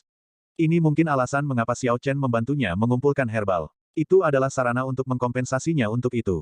"Oh ya, Suifeng, apakah ketiga kuda kita akan baik-baik saja?" Xiao Chen berkata dalam upaya untuk mengubah topik. Liu Suifeng menjawab, "Seharusnya tidak ada masalah. Bahkan jika kami pergi, orang-orang di sana akan terus menjaga mereka. Kami hanya harus kembali lagi nanti untuk mengambilnya." Petik 2. Perjalanan dilanjutkan dalam keheningan, Xiao Chen tidak terus berbicara saat dia mengemudikan kapal perang perak untuk bergerak dengan kecepatan tercepatnya. Kapal perang perak berubah menjadi kilatan cahaya perak, dengan liar melesat ke depan tinggi di langit.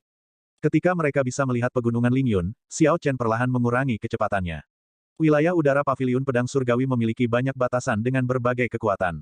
Jika kapal perang atau orang-orang bukan dari paviliun pedang surgawi, mereka tidak akan selamat dari upaya untuk menerobos masuk, bahkan jika mereka memiliki 9 nyawa.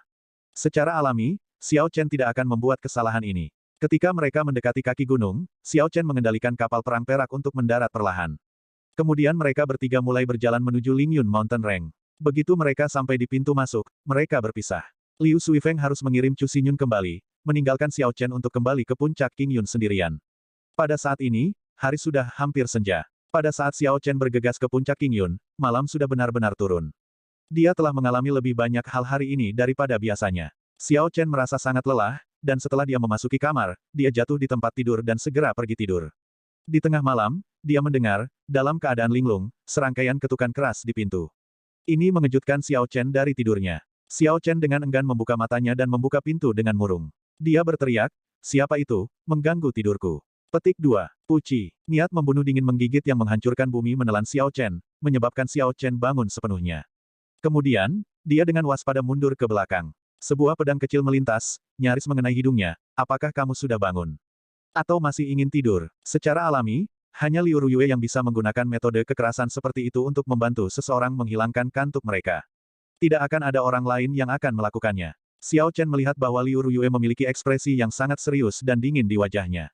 Dia dengan hati-hati bertanya, "Kakak Ruyue, apa yang terjadi? Kenapa kau membangunkanku di tengah malam?" Mata Liu Ruyue merah saat dia berkata dengan marah, "Kamu masih berani bertanya? Setelah hal besar seperti itu terjadi, Anda bahkan tidak repot-repot memberitahu saya dan langsung pergi tidur. Apakah kamu masih menghormati tuanmu ini?" Petik 2. Xiao Chen belum pernah melihat Liu Ruyue semarah ini sebelumnya. Meskipun emosinya sangat buruk di masa lalu, itu benar-benar berbeda dari situasi yang dilihatnya hari ini.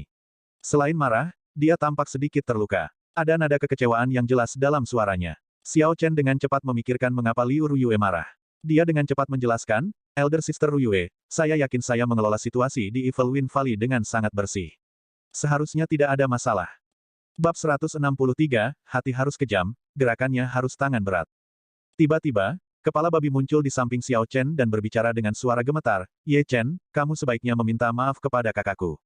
Dia sudah tahu segalanya." Catatan TL, kepala babi, dalam bahasa Cina itu adalah cara untuk menyebut seseorang bodoh. Tetapi dalam kasus ini, saya percaya penulis bermaksud dia dipukuli sampai ke titik di mana kepalanya merah dan bengkak, sehingga menyerupai kepala babi.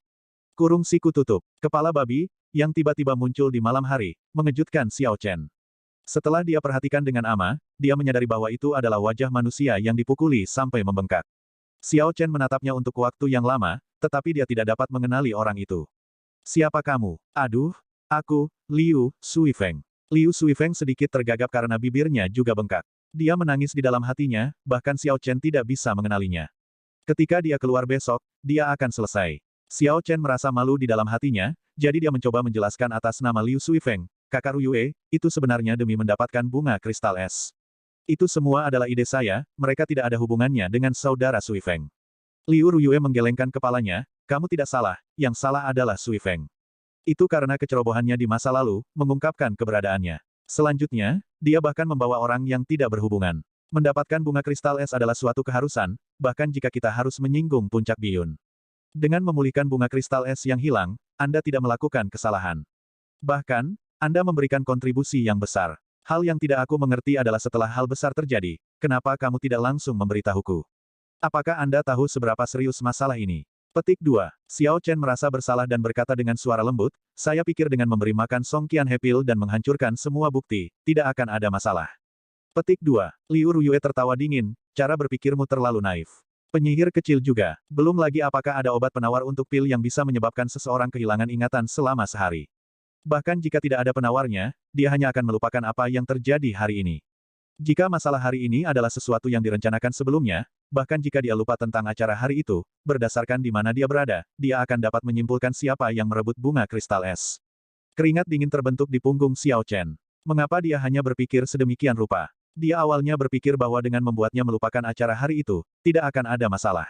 Sepertinya dia terlalu sederhana dalam berpikir. Di puncak pegunungan Lingyun, di puncak Biyun, ada area dengan energi spiritual yang sangat padat. Daerah ini berada di bagian paling atas dari puncak Biyun, dan merupakan tempat di mana energi spiritual berkumpul. Itu adalah salah satu dari 7 cabang Vena roh bawah tanah pegunungan Lingyun dan dapat dikatakan sebagai salah satu tempat dengan energi spiritual paling melimpah di negara Qin besar. Saat berkultivasi di sana, seseorang akan menyerap energi spiritual 4 atau 5 kali lebih cepat daripada orang biasa. Namun, jumlah orang yang bisa mendapatkan keuntungan dari ini terbatas. Seorang lelaki tua duduk di atas batu di puncak-puncak. Energi spiritual di sekitarnya mengalir terus-menerus ke dalam tubuhnya. Ada pilar asap hijau naik dari dahinya. Orang ini adalah Master Puncak Biyun Peak, Song Ke. Dia sudah menjadi Raja Bela Diri Puncak, dan yang dia butuhkan hanyalah dorongan terakhir untuk menjadi Raja Bela Diri. Setelah berbagai penatua Paviliun Pedang Surgawi meninggal 20 tahun yang lalu, seorang ahli seperti Song Ke menjadi salah satu dari 10 terkuat di Paviliun Pedang Surgawi. Ada suara langkah kaki yang mendesak. Sesosok datang bergegas dari dasar gunung. Dia membawa pedang tebal di punggungnya. Ketika dia berada sekitar 10 meter dari lelaki tua itu, dia melambat hingga berhenti. Ekspresi wajahnya jelas menunjukkan kegugupan yang ekstrim. Song Ke merasakan kehadiran orang ini dan perlahan membuka matanya. Matanya memancarkan tampilan berseri-seri saat dia melihat orang itu dan mengerutkan kening. Dia berkata dengan nada tidak senang, "Gong Ming, aku yakin aku sudah memberitahumu untuk tidak menggangguku selama setengah bulan." Orang bernama Gong Ming adalah salah satu murid terakhir Song Ke. Meskipun dia bukan pewaris sejati dari Puncak Biyun, status dan posisinya mirip satu sama lain. Di seluruh Puncak Biyun, selain para tetua, hanya dia yang berani datang dan mengganggu kultivasi Song Ke. Zhao Gongming merasa sangat gugup di dalam hatinya saat dia berkata dengan lembut, sebagai balasan kepada guru. Ada berita dari aula utama sebelumnya. Mereka mengatakan bahwa Life Tablet Junior Brother yang disimpan di aula utama memiliki aura yang sangat lemah. Sepertinya, itu. Ekspresi Song Ke berubah serius saat dia berkata dengan suara cemberut, sepertinya itu apa? Tanda seru petik 2. Zhao Gongming menguatkan dirinya dan berkata, sepertinya dia dalam bahaya dan bisa mati kapan saja. Bang! Song Ke tiba-tiba berdiri dan batu yang dia duduki hancur, berubah menjadi pecahan batu yang tak terhitung jumlahnya. Angin bertiup ke atas mereka, dan mereka berubah menjadi debu, terbang bersama angin. Niat membunuh yang menghancurkan bumi melintas di matanya. Jadi Song Ke menenangkan dirinya dan berkata, kapan ini terjadi? Kemana Qian He pergi? Dengan siapa dia pergi? Ceritakan semuanya secara detail. Sebelum dia datang, Zhao Gongming sudah mengumpulkan semua informasi. Dia segera mulai menceritakan secara sistematis, memberikan semua detail. Kemarin, saudara muda memimpin 6 murid Puncak Biyun ke Paviliun Angin Jahat. Mereka semua adalah master besar bela diri kelas medial ke atas. Berita yang saya peroleh adalah bahwa Liu Ruyue membutuhkan bunga kristal es dari Evil Wind Pavilion untuk membuat obat untuk menyelamatkan seseorang. Saya tidak tahu bagaimana saudara muda mendengar berita ini, tetapi dia memimpin sekelompok orang untuk bergegas ke Paviliun Angin Jahat di depan mereka. Sejak itu, tidak ada berita tentang grupnya. Cahaya dingin melintas di mata Song Ke. Dia berkata dengan suara dingin, Liu Ruyue. Dia lebih baik berdoa tidak terjadi apa-apa padanya. Kalau tidak, saya akan membunuh semua orang di King Yun Peak, tidak ada yang tersisa. Ayo pergi ke kota Sabre. Di dalam City Lord Residence di kota Sabre, Ge Yunbin mendengarkan dengan amat cerita Zhao Gongming sebelum memberitahu Song Ke, saudara Song, jangan khawatir. Saya akan segera mengirim seseorang untuk pergi mencari putra Anda. Petik 2. Song Ke menangkupkan tangannya dan berkata, Tuan Kota, terima kasih atas usahamu. Petik 2. Ada mata-mata di mana-mana dalam jarak beberapa ratus kilometer dari kota Sabre. Pergi ke lembah angin jahat untuk menemukan satu orang bukanlah hal yang sulit bagi Ge Yunbin. Setelah 2 jam, ada berita. Seorang murid luar dengan cepat masuk dan melapor ke Tuan Kota. Kami telah menemukan lagu kakak senior di lembah angin jahat. Haruskah kita mengirim seseorang untuk membawanya kembali? Song Ke berkata, tidak perlu untuk itu. Bawa aku ke sana segera. Saya ingin melihat siapa yang cukup berani untuk melakukan hal seperti itu. Petik 2. Di dalam lembah angin jahat, Song Ke menyaksikan seseorang membawa Song Qianhe turun dari pohon. Matanya penuh amarah, wajah Song Qianhe penuh dengan jejak kaki. Dia telah dipukuli sampai dia tidak lagi menyerupai manusia.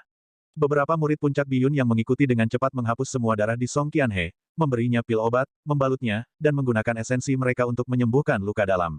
Setelah waktu yang lama, Song Qianhe perlahan terbangun. Melihat orang-orang di depannya, dia tidak mengerti apa yang sedang terjadi. Dia bertanya dengan cara yang aneh, Ayah, kakak senior, mengapa kamu ada di sini? Di mana saya? Sial, kenapa ini sangat menyakitkan? Setelah dia berbicara, Song Qianhe menemukan bahwa bibirnya terasa sangat sakit. Saat itulah dia menemukan dia terluka parah dan benar-benar tertutup perban. Apa yang sedang terjadi? Di mana Xiao Jiu dan yang lainnya? Mengapa saya menjadi seperti ini? Siapa yang melakukan ini? Song Qianhe melakukan yang terbaik untuk mengingat, tetapi dia tidak dapat mengingat apapun. Bagaimana saya berakhir dalam keadaan seperti itu? Lupakan pil khawatir. Ge Yunbin bertukar pandang dengan Song Ke, mereka berdua memiliki jawaban di hati mereka. Mereka berdua berjalan di belakang Song Qianhe dan mengulurkan tangan kanan mereka. Esens yang murni namun bergelombang dikirim ke tubuh Song Qianhe. Esens berenang dengan cepat di tubuh Song Qianhe. Segera, ia menemukan energi obat menetap di dantiannya. Keduanya tiba-tiba mengerahkan beberapa kekuatan secara bersamaan. Song Qianhe membuka mulutnya dan memuntahkan cairan hijau pucat ke tanah. Ge Yunbin menarik tangannya dan berkata, jika hari lain telah berlalu, energi obat dari pil lupakan khawatir akan benar-benar meresap. Pada saat itu, bahkan jika seorang martial sage datang, itu tidak akan berguna. Karena putramu sekarang aman, aku akan pergi dulu. Hanya ada satu orang di paviliun pedang surgawi yang memiliki pil lupakan khawatir. Masalah Song Qianhe diserang sangat rumit, itu melibatkan politik internal paviliun pedang surgawi. Ge Yunbin tidak ingin melibatkan dirinya dalam masalah seperti itu dan segera pergi. Song Ke tidak menghentikannya, dia berkata, saya berhutang budi pada Tuan Kota. Saya akan membayar ini di masa depan. Petik 2. Setelah Ge Yunbin membawa orang-orang dari kota Sabre pergi, Song Qianhe mengingat semua yang telah terjadi kemarin. Matanya menyala dengan kebencian saat dia berkata, Ye Chen, aku akan memastikan kamu menjalani kehidupan yang lebih buruk daripada kematian.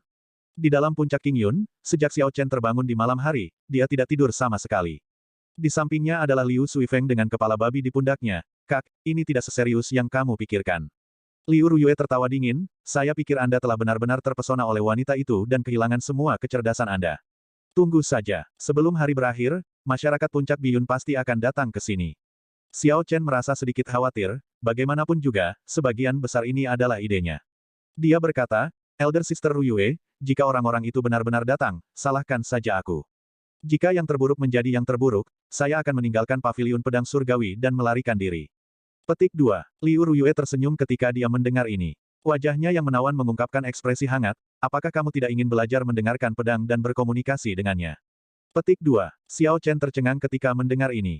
Selama hari-hari ini, ketika dia bebas, dia bertanya di sekitar paviliun pedang surgawi dan mendapatkan pemahaman yang lebih baik tentang mendengarkan pedang dan berkomunikasi dengannya. Dia menemukan bahwa jika dia ingin belajar mendengarkan pedang dan berkomunikasi dengannya tanpa memilikinya secara bawaan, itu hampir tidak mungkin. Liu Ruyue mengambil lunar shadow saber dari tangan Xiao Chen dan menggambarnya dengan suara Huang Dang. Ada kilatan dingin pada bilah pedang, dan busur listrik melompat-lompat di atasnya. Dia mengarahkan pedang ke langit dan sinar matahari menyinari bilahnya. Cahaya redup yang mengalir dan tubuh pedang yang ramping saat ini dipenuhi dengan keindahan yang tak terbatas. Liu Ruyue melihatnya dengan serius, bergumam pada dirinya sendiri, itu pasti karena pedang ini.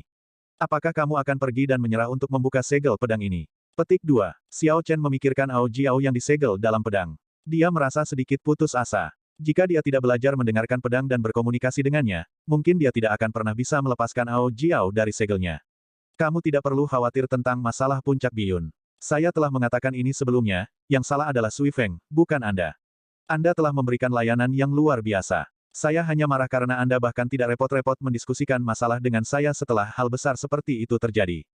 Petik 2. Kakak Ruyue, aku, Xiao Chen merasa kata-kata itu tersangkut di tenggorokannya.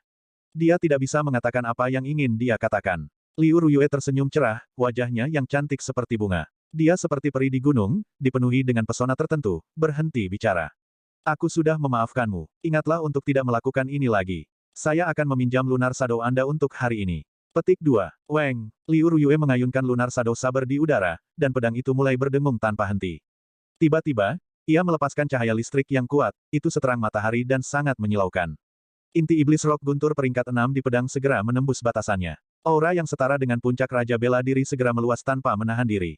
Gulungan guntur yang menusuk datang dari pedang, seolah-olah ada Thunder Rock yang keluar dari pedang, berteriak dengan marah.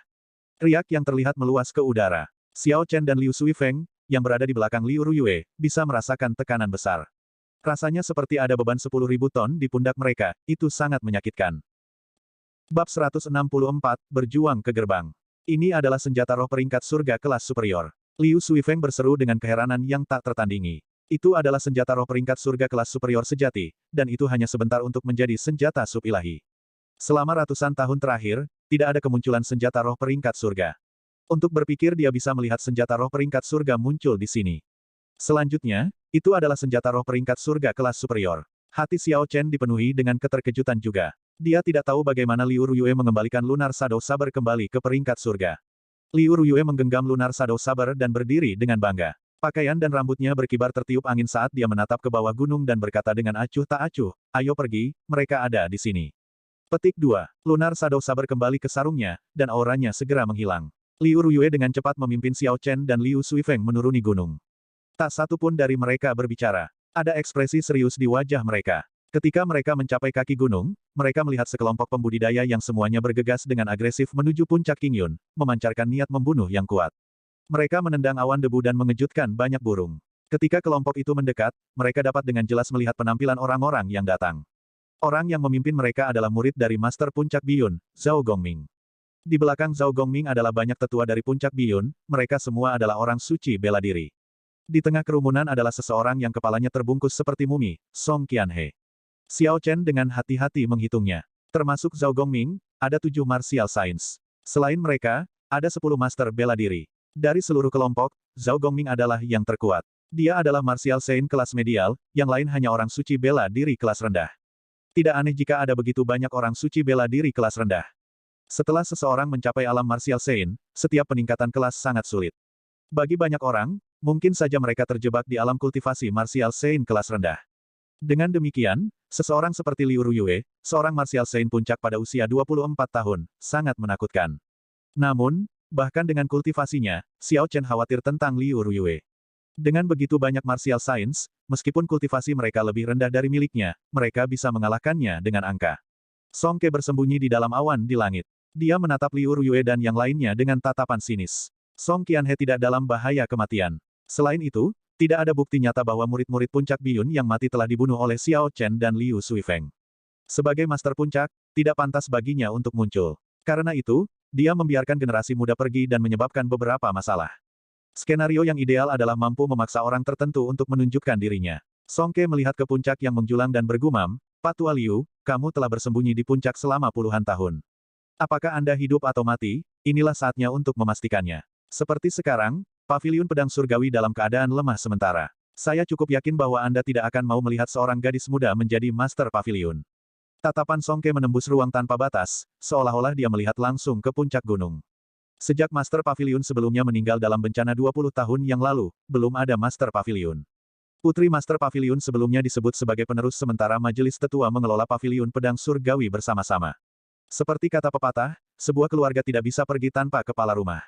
Suatu bangsa tidak dapat melakukannya tanpa rajanya. Situasi seperti itu sangat genting. Itu secara alami berbicara banyak tentang pertumbuhan dan reputasi Heavenly Sabre Pavilion. Namun, sebelum Master Pavilion sebelumnya meninggal, dia tidak meninggalkan wasiat yang jelas. Selain itu, ada banyak orang di Pavilion Pedang Surgawi yang memenuhi syarat untuk menjadi Master Pavilion. Mereka semua bertarung secara terbuka dan diam-diam merencanakan posisi itu. Skenario hari ini adalah hasil dari kompromi semua orang, untuk mengizinkan Putri Master Pavilion sebelumnya untuk mengambil alih posisi tersebut. Yang paling tidak puas dengan hasil seperti itu adalah Song Ke. Meskipun kekuatannya secara signifikan lebih rendah dari monster tua itu, dia masih termasuk orang-orang yang memenuhi syarat untuk mengambil alih posisi itu. Dari segi usia, dia adalah yang termuda. Di antara orang-orang yang merupakan Raja Bela Diri Puncak, dia adalah yang termuda, dia baru berusia 50 tahun. Jika tidak ada yang tak terduga terjadi, setelah mencapai Martial King, tidak akan ada masalah hidup sampai 200. Keinginannya untuk posisi Master Pavilion adalah yang terkuat di antara semua Master Puncak. Selama ini, dia telah mencari kesempatan untuk menelan Puncak King Yun. Jika satu muncul, dia akan memiliki kekuatan dua puncak dan akan memiliki pengaruh yang lebih besar di Majelis Penatua. Tindakan Song Qianhe, termasuk mengejar Liu Ruyue, sebagian besar diarahkan oleh Song Ke. Song Ke bahkan telah mengabaikan cara tercela yang dia gunakan dan membiarkannya terjadi. Sebenarnya, dia sudah menunggu lama untuk kesempatan ini. Jika bukan karena kekhawatiran di dalam hatinya, dia pasti sudah mempersenjatai diri dengan kuat untuk mendapatkan apa yang diinginkannya. Song Ke melihat ke puncak gunung, tampak tenggelam dalam pikirannya. Di kaki gunung, Liu Ruyue mencoba untuk menang dengan berbicara lebih dulu. Zhao Gongming, apa yang kamu rencanakan dengan membawa banyak sampah dan pembuat kode tua? Petik 2. Sebelum Zhao Gongming bisa mengatakan apa-apa, Song Qianhe, yang ditutupi perban, berteriak dengan marah, Liu Ruyue, muridmu membunuh 8 murid puncak biyunku. Menurut aturan sekte, Anda harus menyerahkannya. Jika tidak, Anda akan didakwa dengan kejahatan yang sama. Liu Ruyue mengerutkan kening dalam-dalam, mata hitamnya memancarkan sinar niat membunuh saat dia memelototi Song Qianhe. Hanya dengan pandangan itu, Song Qianhe terkejut hingga mundur beberapa langkah. Liu Ruyue mengejeknya, memikirkan sampah sepertimu tidak malu memegang posisi pewaris sejati puncak biyun. Mengingat Anda sudah dalam keadaan seperti itu, orang hanya bisa membayangkan kekuatan seorang murid biasa dari puncak biyun. Siapa tahu, mungkin mereka dibunuh oleh beberapa orang secara acak. Petik 2. Meskipun melihat Liu Ruyue begitu keras kepala, Zhao Gongming tidak marah. Bahkan, dia senang. Dia berkata, kakak senior Liu, tolong jangan ubah topik pembicaraan. Adalah fakta bahwa 8 murid puncak biyun meninggal. Selanjutnya, Junior Brother Song secara pribadi melihat mereka dibunuh oleh Ye Chen. Apakah dia benar-benar bertanggung jawab atau tidak, itu akan diputuskan oleh Balai Penegakan Hukum. Petik 2. Liu Ruyue melepaskan token identitas emasnya dan mengangkatnya. Dia berkata dengan suara serius, perhatikan baik-baik token identitas di tanganku. Saya adalah Master Puncak King Yun Peak, bukan kakak senior Anda. Apakah murid puncak biyun Anda mati atau tidak? Bahkan jika orang-orang Balai Penegakan Hukum datang, mereka tidak dapat menangkap orang-orang saya tanpa bukti. Petik 2. Zhao Gongming tertawa dingin, puncak King Yun hanya memiliki satu murid, dan kamu masih memiliki pipi untuk menggunakan statusmu untuk menekanku. Liu Ruyue tersenyum. Dia terlihat sangat cantik, menyebabkan semua orang yang memandangnya terpesona. Bahkan jika hanya ada satu orang di puncak King Yun bukanlah sesuatu yang bisa diolok-olok oleh sampah sepertimu. Petik 2. Segera setelah dia berbicara, Liu Ruyue terbang ke depan, meninggalkan bayangan. Dia langsung muncul di hadapan Zhao Gongming. Zhao Gongming tidak panik. Sebaliknya, dia merasakan kegembiraan. Bahkan jika tidak ada bukti, selama Liu Ruyue melakukan langkah pertama dan melukai seseorang, itu akan membenarkan tindakan mereka saat ini.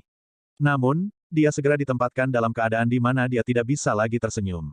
Ada cahaya yang gemerlap saat Lunar Shadow Saber digambar dengan suara, Huang Dang. Aura inti iblis peringkat 6, setara dengan Raja Bela Diri Puncak, menelannya. Dengan kekuatannya sebagai Martial Saint kelas medial, napasnya menjadi cepat dan dangkal sebelum aura melonjak. Gerakannya yang semula mulus menjadi tersentak-sentak. Zhao Gongming menyerah untuk menarik pedangnya saat dia dengan cepat memaksa tubuhnya untuk mundur dengan cepat. Namun, serangan pedang ini terlalu cepat.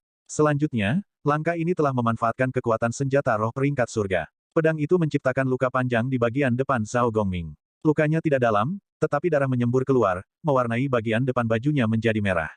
Setelah pertarungan dimulai, 7 Martial Saint yang tersisa memulihkan akalnya dan dengan cepat menyerang Liu Ruyue. Ini adalah pertarungan antara Martial Saint, Martial Grandmaster tidak bisa ikut campur. Saber Ki terbang kemana-mana, angka-angka melintas. Xiao Chen dan yang lainnya hanya bisa melihat beberapa sosok buram. Area pertarungan tumbuh lebih besar. Sesekali terdengar teriakan keras. Seorang Biyun Peak Inferior Great Martial Saint berteriak sedih saat lengannya robek. Semua orang benar-benar marah, Liu Ruyue tanpa ampun dengan serangannya. Dia mempertaruhkan nyawanya untuk mengambil milik mereka. Ketika mereka meninggalkan luka padanya, dia akan segera membalas dengan 10. Dia hanya menekan ke depan, tidak pernah mundur. Meminjam kekuatan senjata roh peringkat surga, Liu Ruyue tidak menderita kerugian apapun. Sebaliknya, 8 Martial Saints dari Biyun Peak semakin bingung semakin lama mereka bertarung. Kadang-kadang, lengan seseorang akan dipotong, atau seseorang akan kehilangan sepotong besar daging. Ada beberapa aliran pedang Qi yang tanpa pandang bulu terbang ke Xiao Chen dan Liu Suifeng. Xiao Chen menggunakan telapak tangannya sebagai pedang dan mengeksekusi Drawing the Sabre. Ada suara keras dan pedang Qi menghilang ke dalam ketiadaan. Liu Suifeng berkata dengan cemas, Ye Chen, apa yang harus kita lakukan? Bahkan jika kakak menang, dia akan terluka parah. Sisi lain masih memiliki 10 master bela diri yang belum bergerak. Kami bukan tandingan mereka. Jangan membuatku terburu-buru. Saya mencoba untuk berpikir. Secara alami, Xiao Chen memikirkan masalah yang sama seperti yang disebutkan Liu Suifeng. Dia mengarahkan pandangannya ke Song Qianhe, yang berada di tengah-tengah kerumunan, saat dia berpikir secepat yang dia bisa. Song Qianhe menatap Liu Ruyue dengan dingin. Dia tidak peduli dengan korban pertempuran. Selain Zhao Gongming, orang suci bela diri kelas rendah lainnya telah terjebak di ranah kultivasi mereka selama bertahun-tahun. Tujuannya mengirim mereka sebenarnya adalah mengirim mereka untuk mati. Elit sejati dari puncak Biyun belum datang. Bahkan jika mereka semua mati, dia tidak akan merasakan cubitan. Puncak Biyun mampu menanggung kerugiannya, tidak seperti puncak King Yun, yang hanya memiliki Liu Ruyue. Begitu dia jatuh, yang lain akan mudah ditangani.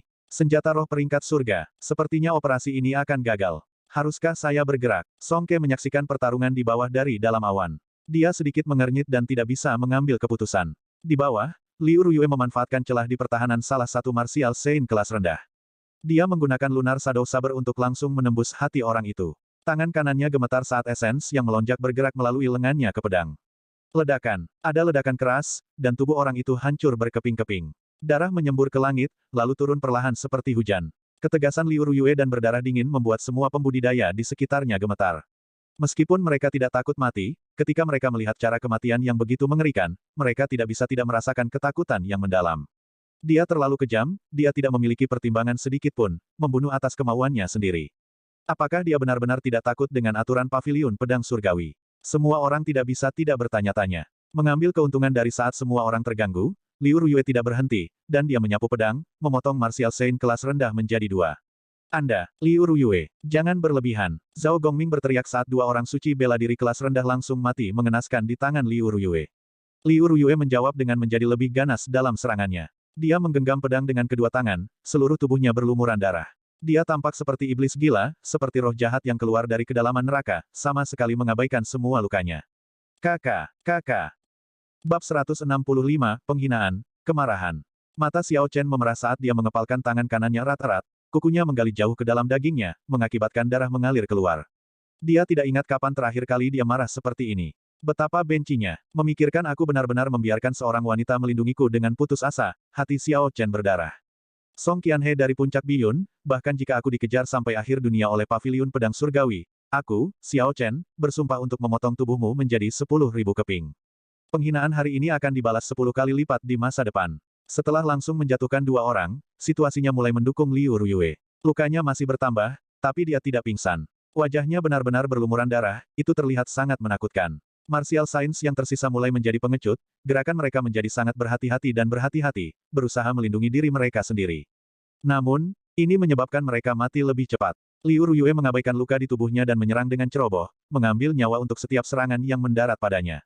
Puci, seseorang berhasil menyebabkan luka panjang pada Liu Ruyue. Darah menyembur keluar saat Martial Saint lain mengejarnya dari belakang. Liu Ruyue mengabaikan orang di belakangnya. Dia menyambut serangan yang datang dan menikam seorang Martial Saint kelas rendah. Esensinya tiba-tiba melonjak, menyebabkan orang ini meledak berkeping-keping. Chan, serangan orang di belakang meninggalkan luka lain di tubuh Liu Ruyue. Liu Ruyue sepertinya dia tidak bisa merasakannya, tangan kirinya meraih senjata orang itu, dan dia berbalik untuk memberikan serangan pedang, menciptakan hembusan angin kencang saat dia melakukannya. Di tengah tatapan mengerikan semua orang, dia memenggal kepalanya. Segera, hanya Zhao Gongming yang tersisa. 7 Martial Saint yang tersisa semuanya tergeletak di tanah. Mereka mati tanpa mayat yang utuh, tidak satu pun dari mereka yang benar-benar utuh. Darah mengalir kemana-mana, bau darah menyebabkan seseorang merasa mual. Catatan TL, orang Cina percaya bahwa jika seseorang mati tanpa mayat yang lengkap, mereka tidak dapat pindah ke tempat berikutnya dan bereinkarnasi. Melihat pemandangan seperti neraka di depannya, tangan kanan Zhao Gongming, yang memegang pedangnya, sedikit gemetar. Dia berpikir dalam hati, Liu Ruyue ini terlalu kejam. Kejam pada dirinya sendiri dan terlebih lagi pada musuhnya. Haruskah aku terus mempertaruhkan nyawaku di sini bersamanya? Saya tidak seperti orang-orang tua ini. Saya masih memiliki banyak potensi yang belum dimanfaatkan. Saya telah mencapai kultivasi Martial Saint kelas medial pada usia 30 tahun. Masa depan saya cerah. Ada lagi yang bisa saya lakukan. Zhao Gongming memiliki semua pemikiran ini di dalam hatinya. Setelah beberapa saat, pikiran-pikiran ini seperti air yang tumpah, sekali dicurahkan tidak dapat diambil kembali. Liu Ruyue ingin mempertaruhkan nyawanya, tapi mengapa aku, Zhao Gongming, harus mempertaruhkan nyawaku? Ini konyol. Liu Ruyue tersenyum dingin, dia bisa tahu apa yang sedang dipikirkan Zhao Gongming dengan sekali lihat. Dia dengan santai menyeka darah dari wajahnya dan menggenggam gagang pedang lagi. Darah di tangannya mengalir di sepanjang pedang, menetes ke tanah. Bilah hitam lunar Shadow Saber diwarnai merah tua. Itu tampak seperti pedang darah, terlihat sangat iblis. Membunuh. Liu Ruyue berteriak, dan niat membunuh yang menghancurkan bumi melonjak dan menekan Zhao Gongming.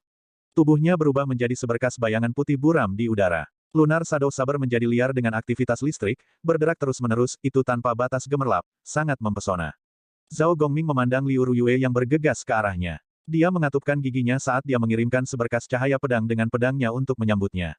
Sosok mereka berdua terus berubah di udara dengan kecepatan tinggi. Pada awalnya, orang banyak masih bisa melihat dua sosok buram. Pada akhirnya, kecepatan mereka menjadi lebih cepat dan lebih cepat. Mereka hanya bisa melihat dua bayangan putih bergerak terus-menerus. Ada juga cahaya sesekali yang dilepaskan oleh listrik. Suara gemuruh logam berdentang satu sama lain terdengar tanpa henti. Saber Ki terbang kemana-mana, dengan kacau. Beberapa batu yang dipukul oleh mereka segera hancur berkeping-keping. Area di sekitar pertarungan segera berubah menjadi reruntuhan. Bang! Tiba-tiba, sesosok jatuh dari langit. Hati Xiao Chen mengepal. Dia dengan cepat melihat dan menemukan itu adalah Zhao Gongming sebelum bernapas sedikit lega.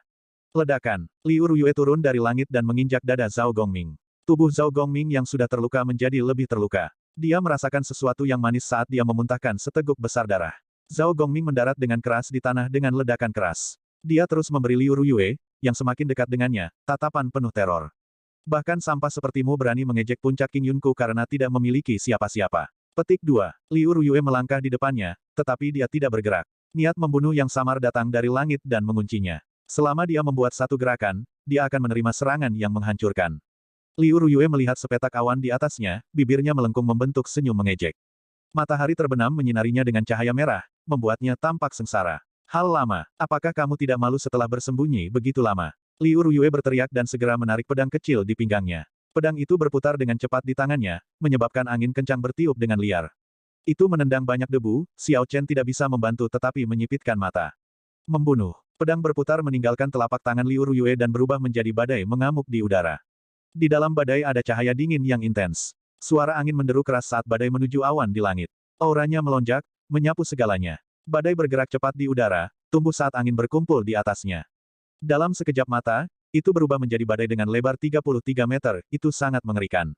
Ledakan. Sebuah suara keras datang dari tinggi di langit. Badai itu menabrak awan putih di langit. Sebuah bola kabut putih muncul, menarik perhatian semua orang. Mereka tidak mengerti mengapa Liu Ruyue menyerang awan di atas sana tanpa alasan yang jelas. Ketika kabut putih menyebar dan semua orang melihat pemandangan di langit, mereka terkejut. Song Ke berdiri dengan tenang di langit. Tangan kanannya meraih pedang kecil Liu Ruyue. Wajahnya tidak terlihat kaget sama sekali, itu sangat tenang, seperti orang tua dalam meditasi. Saat dia berdiri di langit, auranya tenang, tenang seperti air yang mengalir. Namun, ada kekuatan tertentu yang memancar darinya, menyebabkan mereka merasa sangat kecil. Gadis kecil, apakah kamu menggertak puncak biyun saya sementara tidak ada orang di sekitar? Song Ke mendengus dingin. Suaranya tidak keras, tetapi bergema di telinga Liu Ruyue dan yang lainnya, menyebabkan ki dan darah di tubuh mereka menjadi kacau. Jelas ada teknik rahasia yang kuat yang terkandung dalam suara itu. Bo, tepat setelah dia berbicara, Song Ke menjentikkan jarinya, dan pedang kecil di tangannya berubah menjadi seberkas cahaya terang. Saat menembus udara, menembaki Liu Ruyue, itu menciptakan gelombang kejut. Dalam waktu yang diperlukan untuk berkedip, pedang kecil itu tiba di depan Liu Ruyue dari ketinggian di langit. Kekuatan yang dibawa oleh pedang menciptakan angin kencang. Kotoran bernoda darah segera ditendang oleh angin, berhamburan di sekitarnya. Seketika, debu dan kotoran memenuhi seluruh ruang di sekitarnya. Ini adalah kekuatan dari Raja Bela Diri Puncak. Dengan jentikan sederhana dari jarinya, dia akan mampu menyebabkan situasi berbahaya seperti itu, mampu menyebabkan kerusakan yang luar biasa dimanapun itu berlalu. Sial, ada dentang logam merdu yang datang dari awan debu. Ketika awan debu menghilang, semua orang bisa melihat Liu Ruyue telah memblokir pedang kecil yang turun dari langit. Ada darah yang keluar dari sudut mulutnya, jelas dia menderita beberapa luka dalam. Pedang kecil itu masih berputar, mendorong bagian belakang pedang lunar Shadow Saber. Liu Ruyue menggenggam gagangnya erat-erat dengan tangan kanannya sementara tangan kirinya ditekan ke sisi bilahnya untuk menahannya. Meski begitu, Liu Ruyue masih terus dipaksa mundur. Saat kakinya terseret ke tanah, itu membuat suara goresan tanpa henti. Situasinya sangat mengerikan, jika Liu Ruyue tidak mampu menahannya, pedang kecil itu akan mengiris dadanya. Setelah itu, kematian akan tetap menjadi satu-satunya kemungkinan. Xiao Chen sangat cemas, tetapi tidak ada yang bisa dia lakukan selain mengkhawatirkannya. Situasi Liu Ruyue saat ini adalah keseimbangan yang rapuh. Meskipun berbahaya, hidupnya untuk sementara tidak dalam bahaya. Jika dia ikut campur dan mencoba membantu, keseimbangan yang rapuh ini mungkin akan rusak. Tanpa kekuatan Raja Bela Diri, tidak ada cara untuk memahami keseimbangan yang begitu halus. Jika dia ikut campur, itu hanya akan membuat Liu Ruyue mati lebih cepat. Hah! Tepat pada saat ini, naga putih keluar dari tubuh Liu Ruyue. Itu berputar di sekitar tubuh Liu Ruyue sekali sebelum meraung marah pada Song Ke, yang ada di langit. Raungan naga bergema di mana-mana, tekanan besar melonjak ke arah Song Ke. Song Ke sedikit mengernyit, dia berhenti bergerak di udara, dan dia sedikit mengubah posisinya. Momentum pedang kecil segera melemah, Liu Ruyue memanfaatkan kesempatan ini dan berteriak. Dia menyapu lunar Shadow Saber ke samping, melemparkan pedang kecil itu. Dia kemudian mengulurkan tangannya untuk meraih pedang kecil yang jatuh. Tidak heran pedang kecil itu begitu kejam, Song Ke telah meninggalkan koneksi ki di dalamnya. Hanya dengan memutuskan hubungan ini, gerakan itu dapat dipatahkan. Seorang Raja Bela Diri Puncak, penguasa puncak, benar-benar menggunakan langkah kejam seperti itu terhadap generasi yang lebih muda. Betapa tak tahu malu. Xiao Chen mengutuk dengan kejam di dalam hatinya. Naga putih yang tiba-tiba muncul seharusnya adalah martial spirit Liu Ruyue. Membuat roh bela diri meninggalkan tubuh adalah sesuatu yang hanya akan dilakukan jika mereka tidak punya pilihan lain. Xiao Chen menyaksikan naga putih kembali ke tubuh Liu Ruyue, dia merasa itu tampak familiar, tetapi dia tidak tahu di mana dia pernah melihatnya sebelumnya. Melihat gerakannya dipatahkan, jejak kemarahan muncul di wajahnya. Meskipun dia tidak mengerahkan seluruh upayanya untuk gerakan ini, itu masih cukup kuat. Untuk berpikir itu benar-benar rusak oleh seseorang dari generasi muda. Itu merupakan pukulan bagi ego Song Ke. Dia mendengus dingin dan turun dari langit, memancarkan aura tak terbatas saat dia melakukannya. Ketika dia mendarat dengan keras di tanah, itu mengirimkan gelombang kejut yang kuat ke Liu Ruyue. Liu Ruyue sudah dihabiskan, bagaimana dia masih bisa menahan serangan yang dilakukan oleh Raja Bela Diri Puncak. Dia segera terlempar ke belakang oleh gelombang kejut. Ketika Xiao Chen melihat situasinya, dia dengan cepat bergegas ke depan dan menangkapnya. Kemudian, dia mengeluarkan pil pengisi darah dan memberinya makan tanpa membiarkannya menolaknya. Seorang senior sepertimu menyerang junior seperti ini, tidakkah kamu merasa malu? Xiao Chen membantu Liu Ruyue berdiri sambil memelototi Song Ke dengan marah. Sebelum Song Ke bisa mengatakan apa-apa, Song Qianhe, yang bersembunyi di balik kerumunan, berkata, status seperti apa yang dimiliki ayahku? Sejak kapan seseorang, yang bahkan tidak setara dengan air kencing anjing, berbicara kepadanya seperti itu? Petik 2. Xiao Chen memandang Song Qianhe dan tertawa dingin, setelah gagal dalam lamaran pernikahanmu, kamu menggunakan cara yang tercela. Ingin menggunakan obat yang diperlukan untuk menyelamatkan seseorang untuk mengancamnya. Orang dapat dengan mudah membayangkan orang seperti apa yang mengasuh anak seperti Anda. Seperti kata pepatah, jika balok atas tidak lurus, balok bawah akan bengkok. Siapapun akan memenuhi syarat untuk menguliahi seseorang seperti itu. Petik 2. Catatan TL, jika balok atas tidak lurus, balok bawah akan bengkok, ini memiliki arti yang mirip dengan seperti ayah, seperti anak. Namun, itu tidak hanya berlaku untuk hubungan orang tua anak, itu juga bisa berlaku dalam situasi atasan dan bawahan. Song Ke benar-benar merah. Meskipun dia tahu dia salah karena membiarkan Song Qianhe melakukan semua ini, itu masih bukan tempat generasi junior untuk memarahinya seperti itu. Niat membunuh yang menghancurkan bumi dan aura Raja Bela Diri Puncak melonjak ke arah Xiao Chen, menekannya dengan ragu-ragu. Ekspresi sedingin es Song Ke dengan jelas mengungkapkan niat membunuhnya, apakah junior ini berani terus berbicara sekarang? Petik 2. Roh bela diri naga Azure di tubuhnya berputar-putar. Xiao Chen merasakan tekanan pada tubuhnya menjadi lega secara signifikan. Dia menatap Song Ke tanpa rasa takut dan berteriak keras, kamu tidak memiliki kehormatan seorang senior dan tidak memiliki rasa malu. Anda tidak memiliki rasa kepatutan, keadilan, integritas, atau kehormatan. Saya menyebut Anda tua, terus. Bab 166, Kesempurnaan seperti air. Xiao Chen mengucapkan kata-kata ini karena tahu dia mungkin akan mati sebagai akibatnya.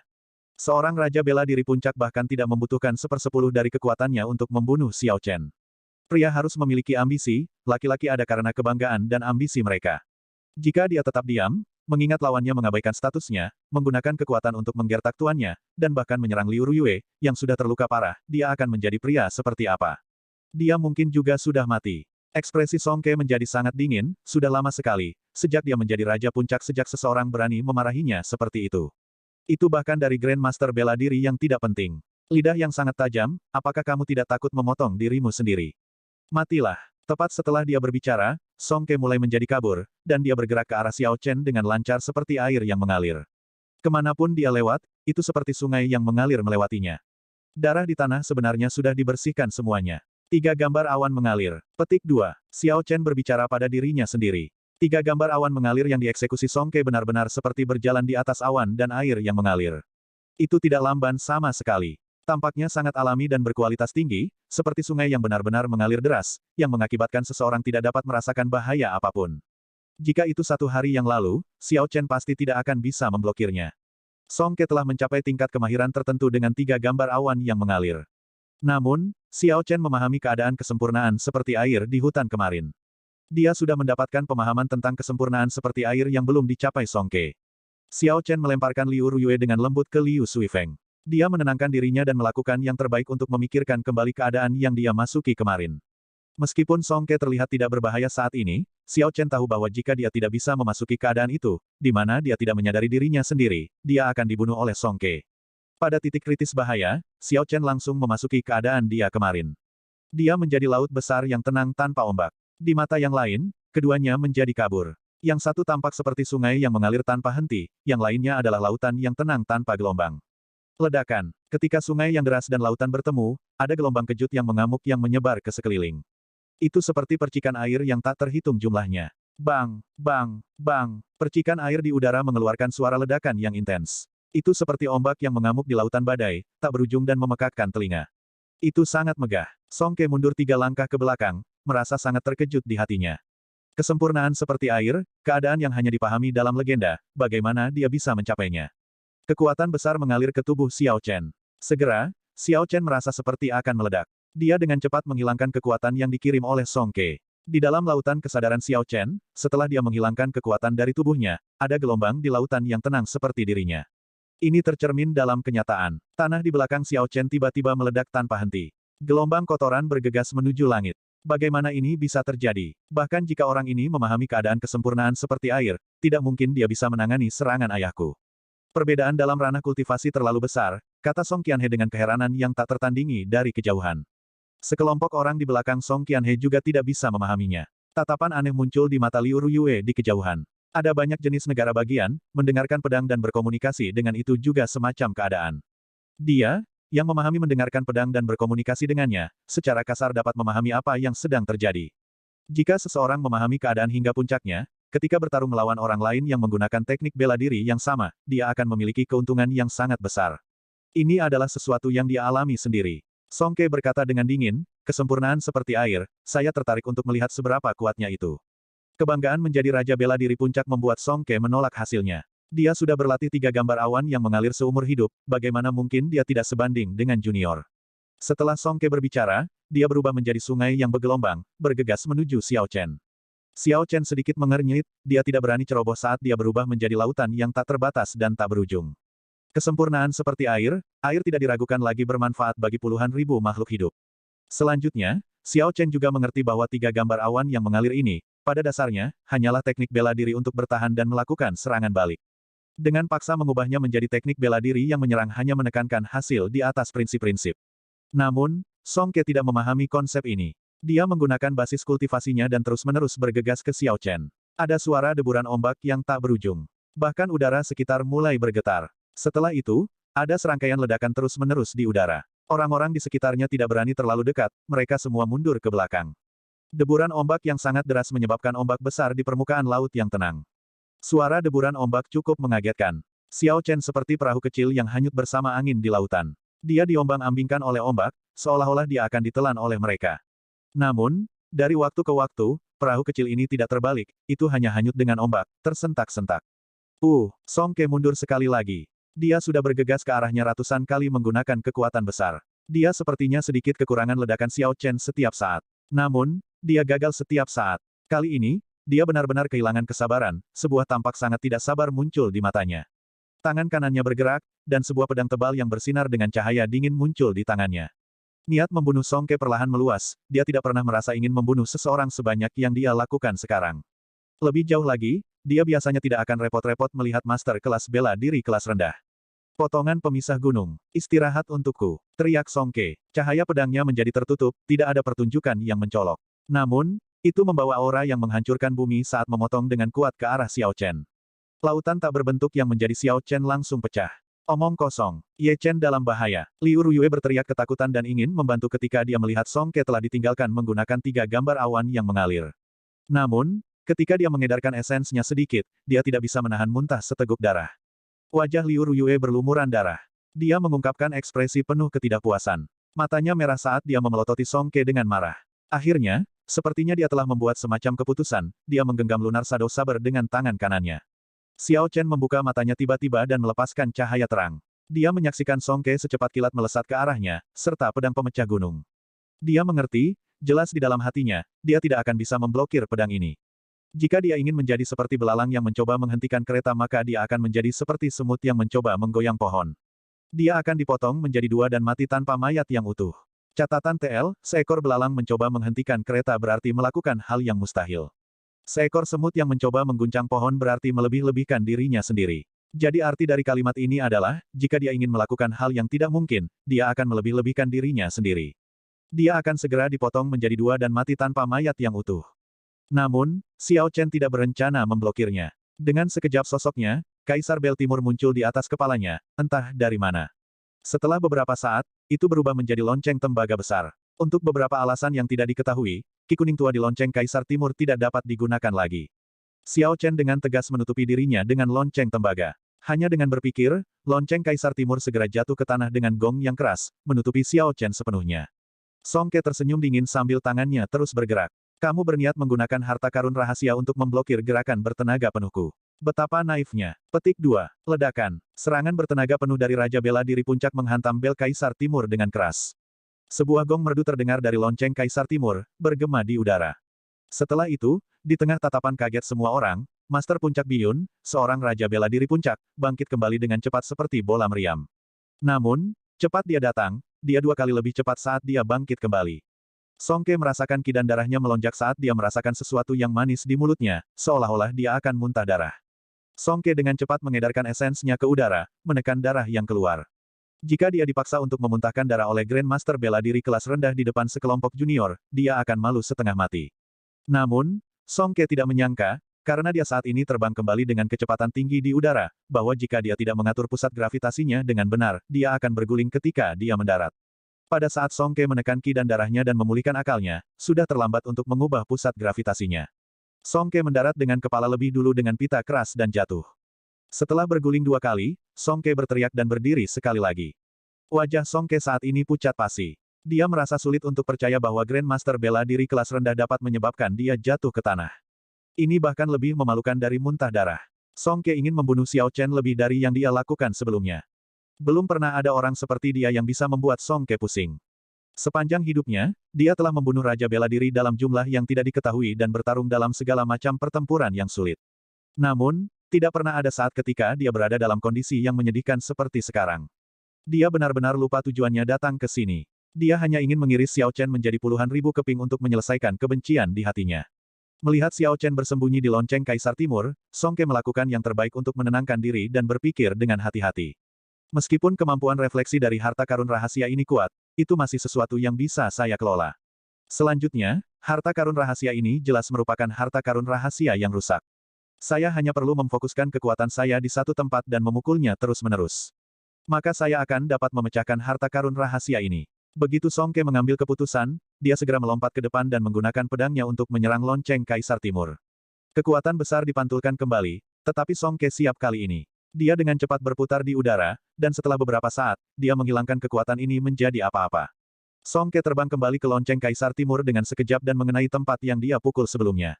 Dia mengulangi ini terus-menerus, dalam sekejap mata, dia telah memukulnya ratusan kali.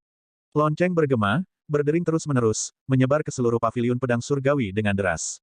Ketika banyak murid dalam paviliun pedang surgawi mendengar dering itu, mereka merasa itu aneh. Mereka semua menuju ke asal suara karena penasaran. Meskipun Xiao Chen bersembunyi di bel Kaisar Timur, dia merasa sangat tidak sehat. Dering bergema hampir menyebabkan gendang telinganya pecah. Organ internalnya semua berputar, dia bahkan tidak bisa muntah ketika dia mau. Setelah memukulnya ratusan kali dengan pedang, retakan kecil akhirnya muncul di lonceng Kaisar Timur. Ekspresi kegembiraan muncul di wajah Song Ke. Tubuh Song Ke tiba-tiba terangkat tinggi ke udara, dia langsung melompat ribuan meter. Dia ingin memberikan serangan terakhir, benar-benar menghancurkan lonceng sialan ini dan menyeret Xiao Chen keluar untuk meretasnya menjadi berkeping-keping.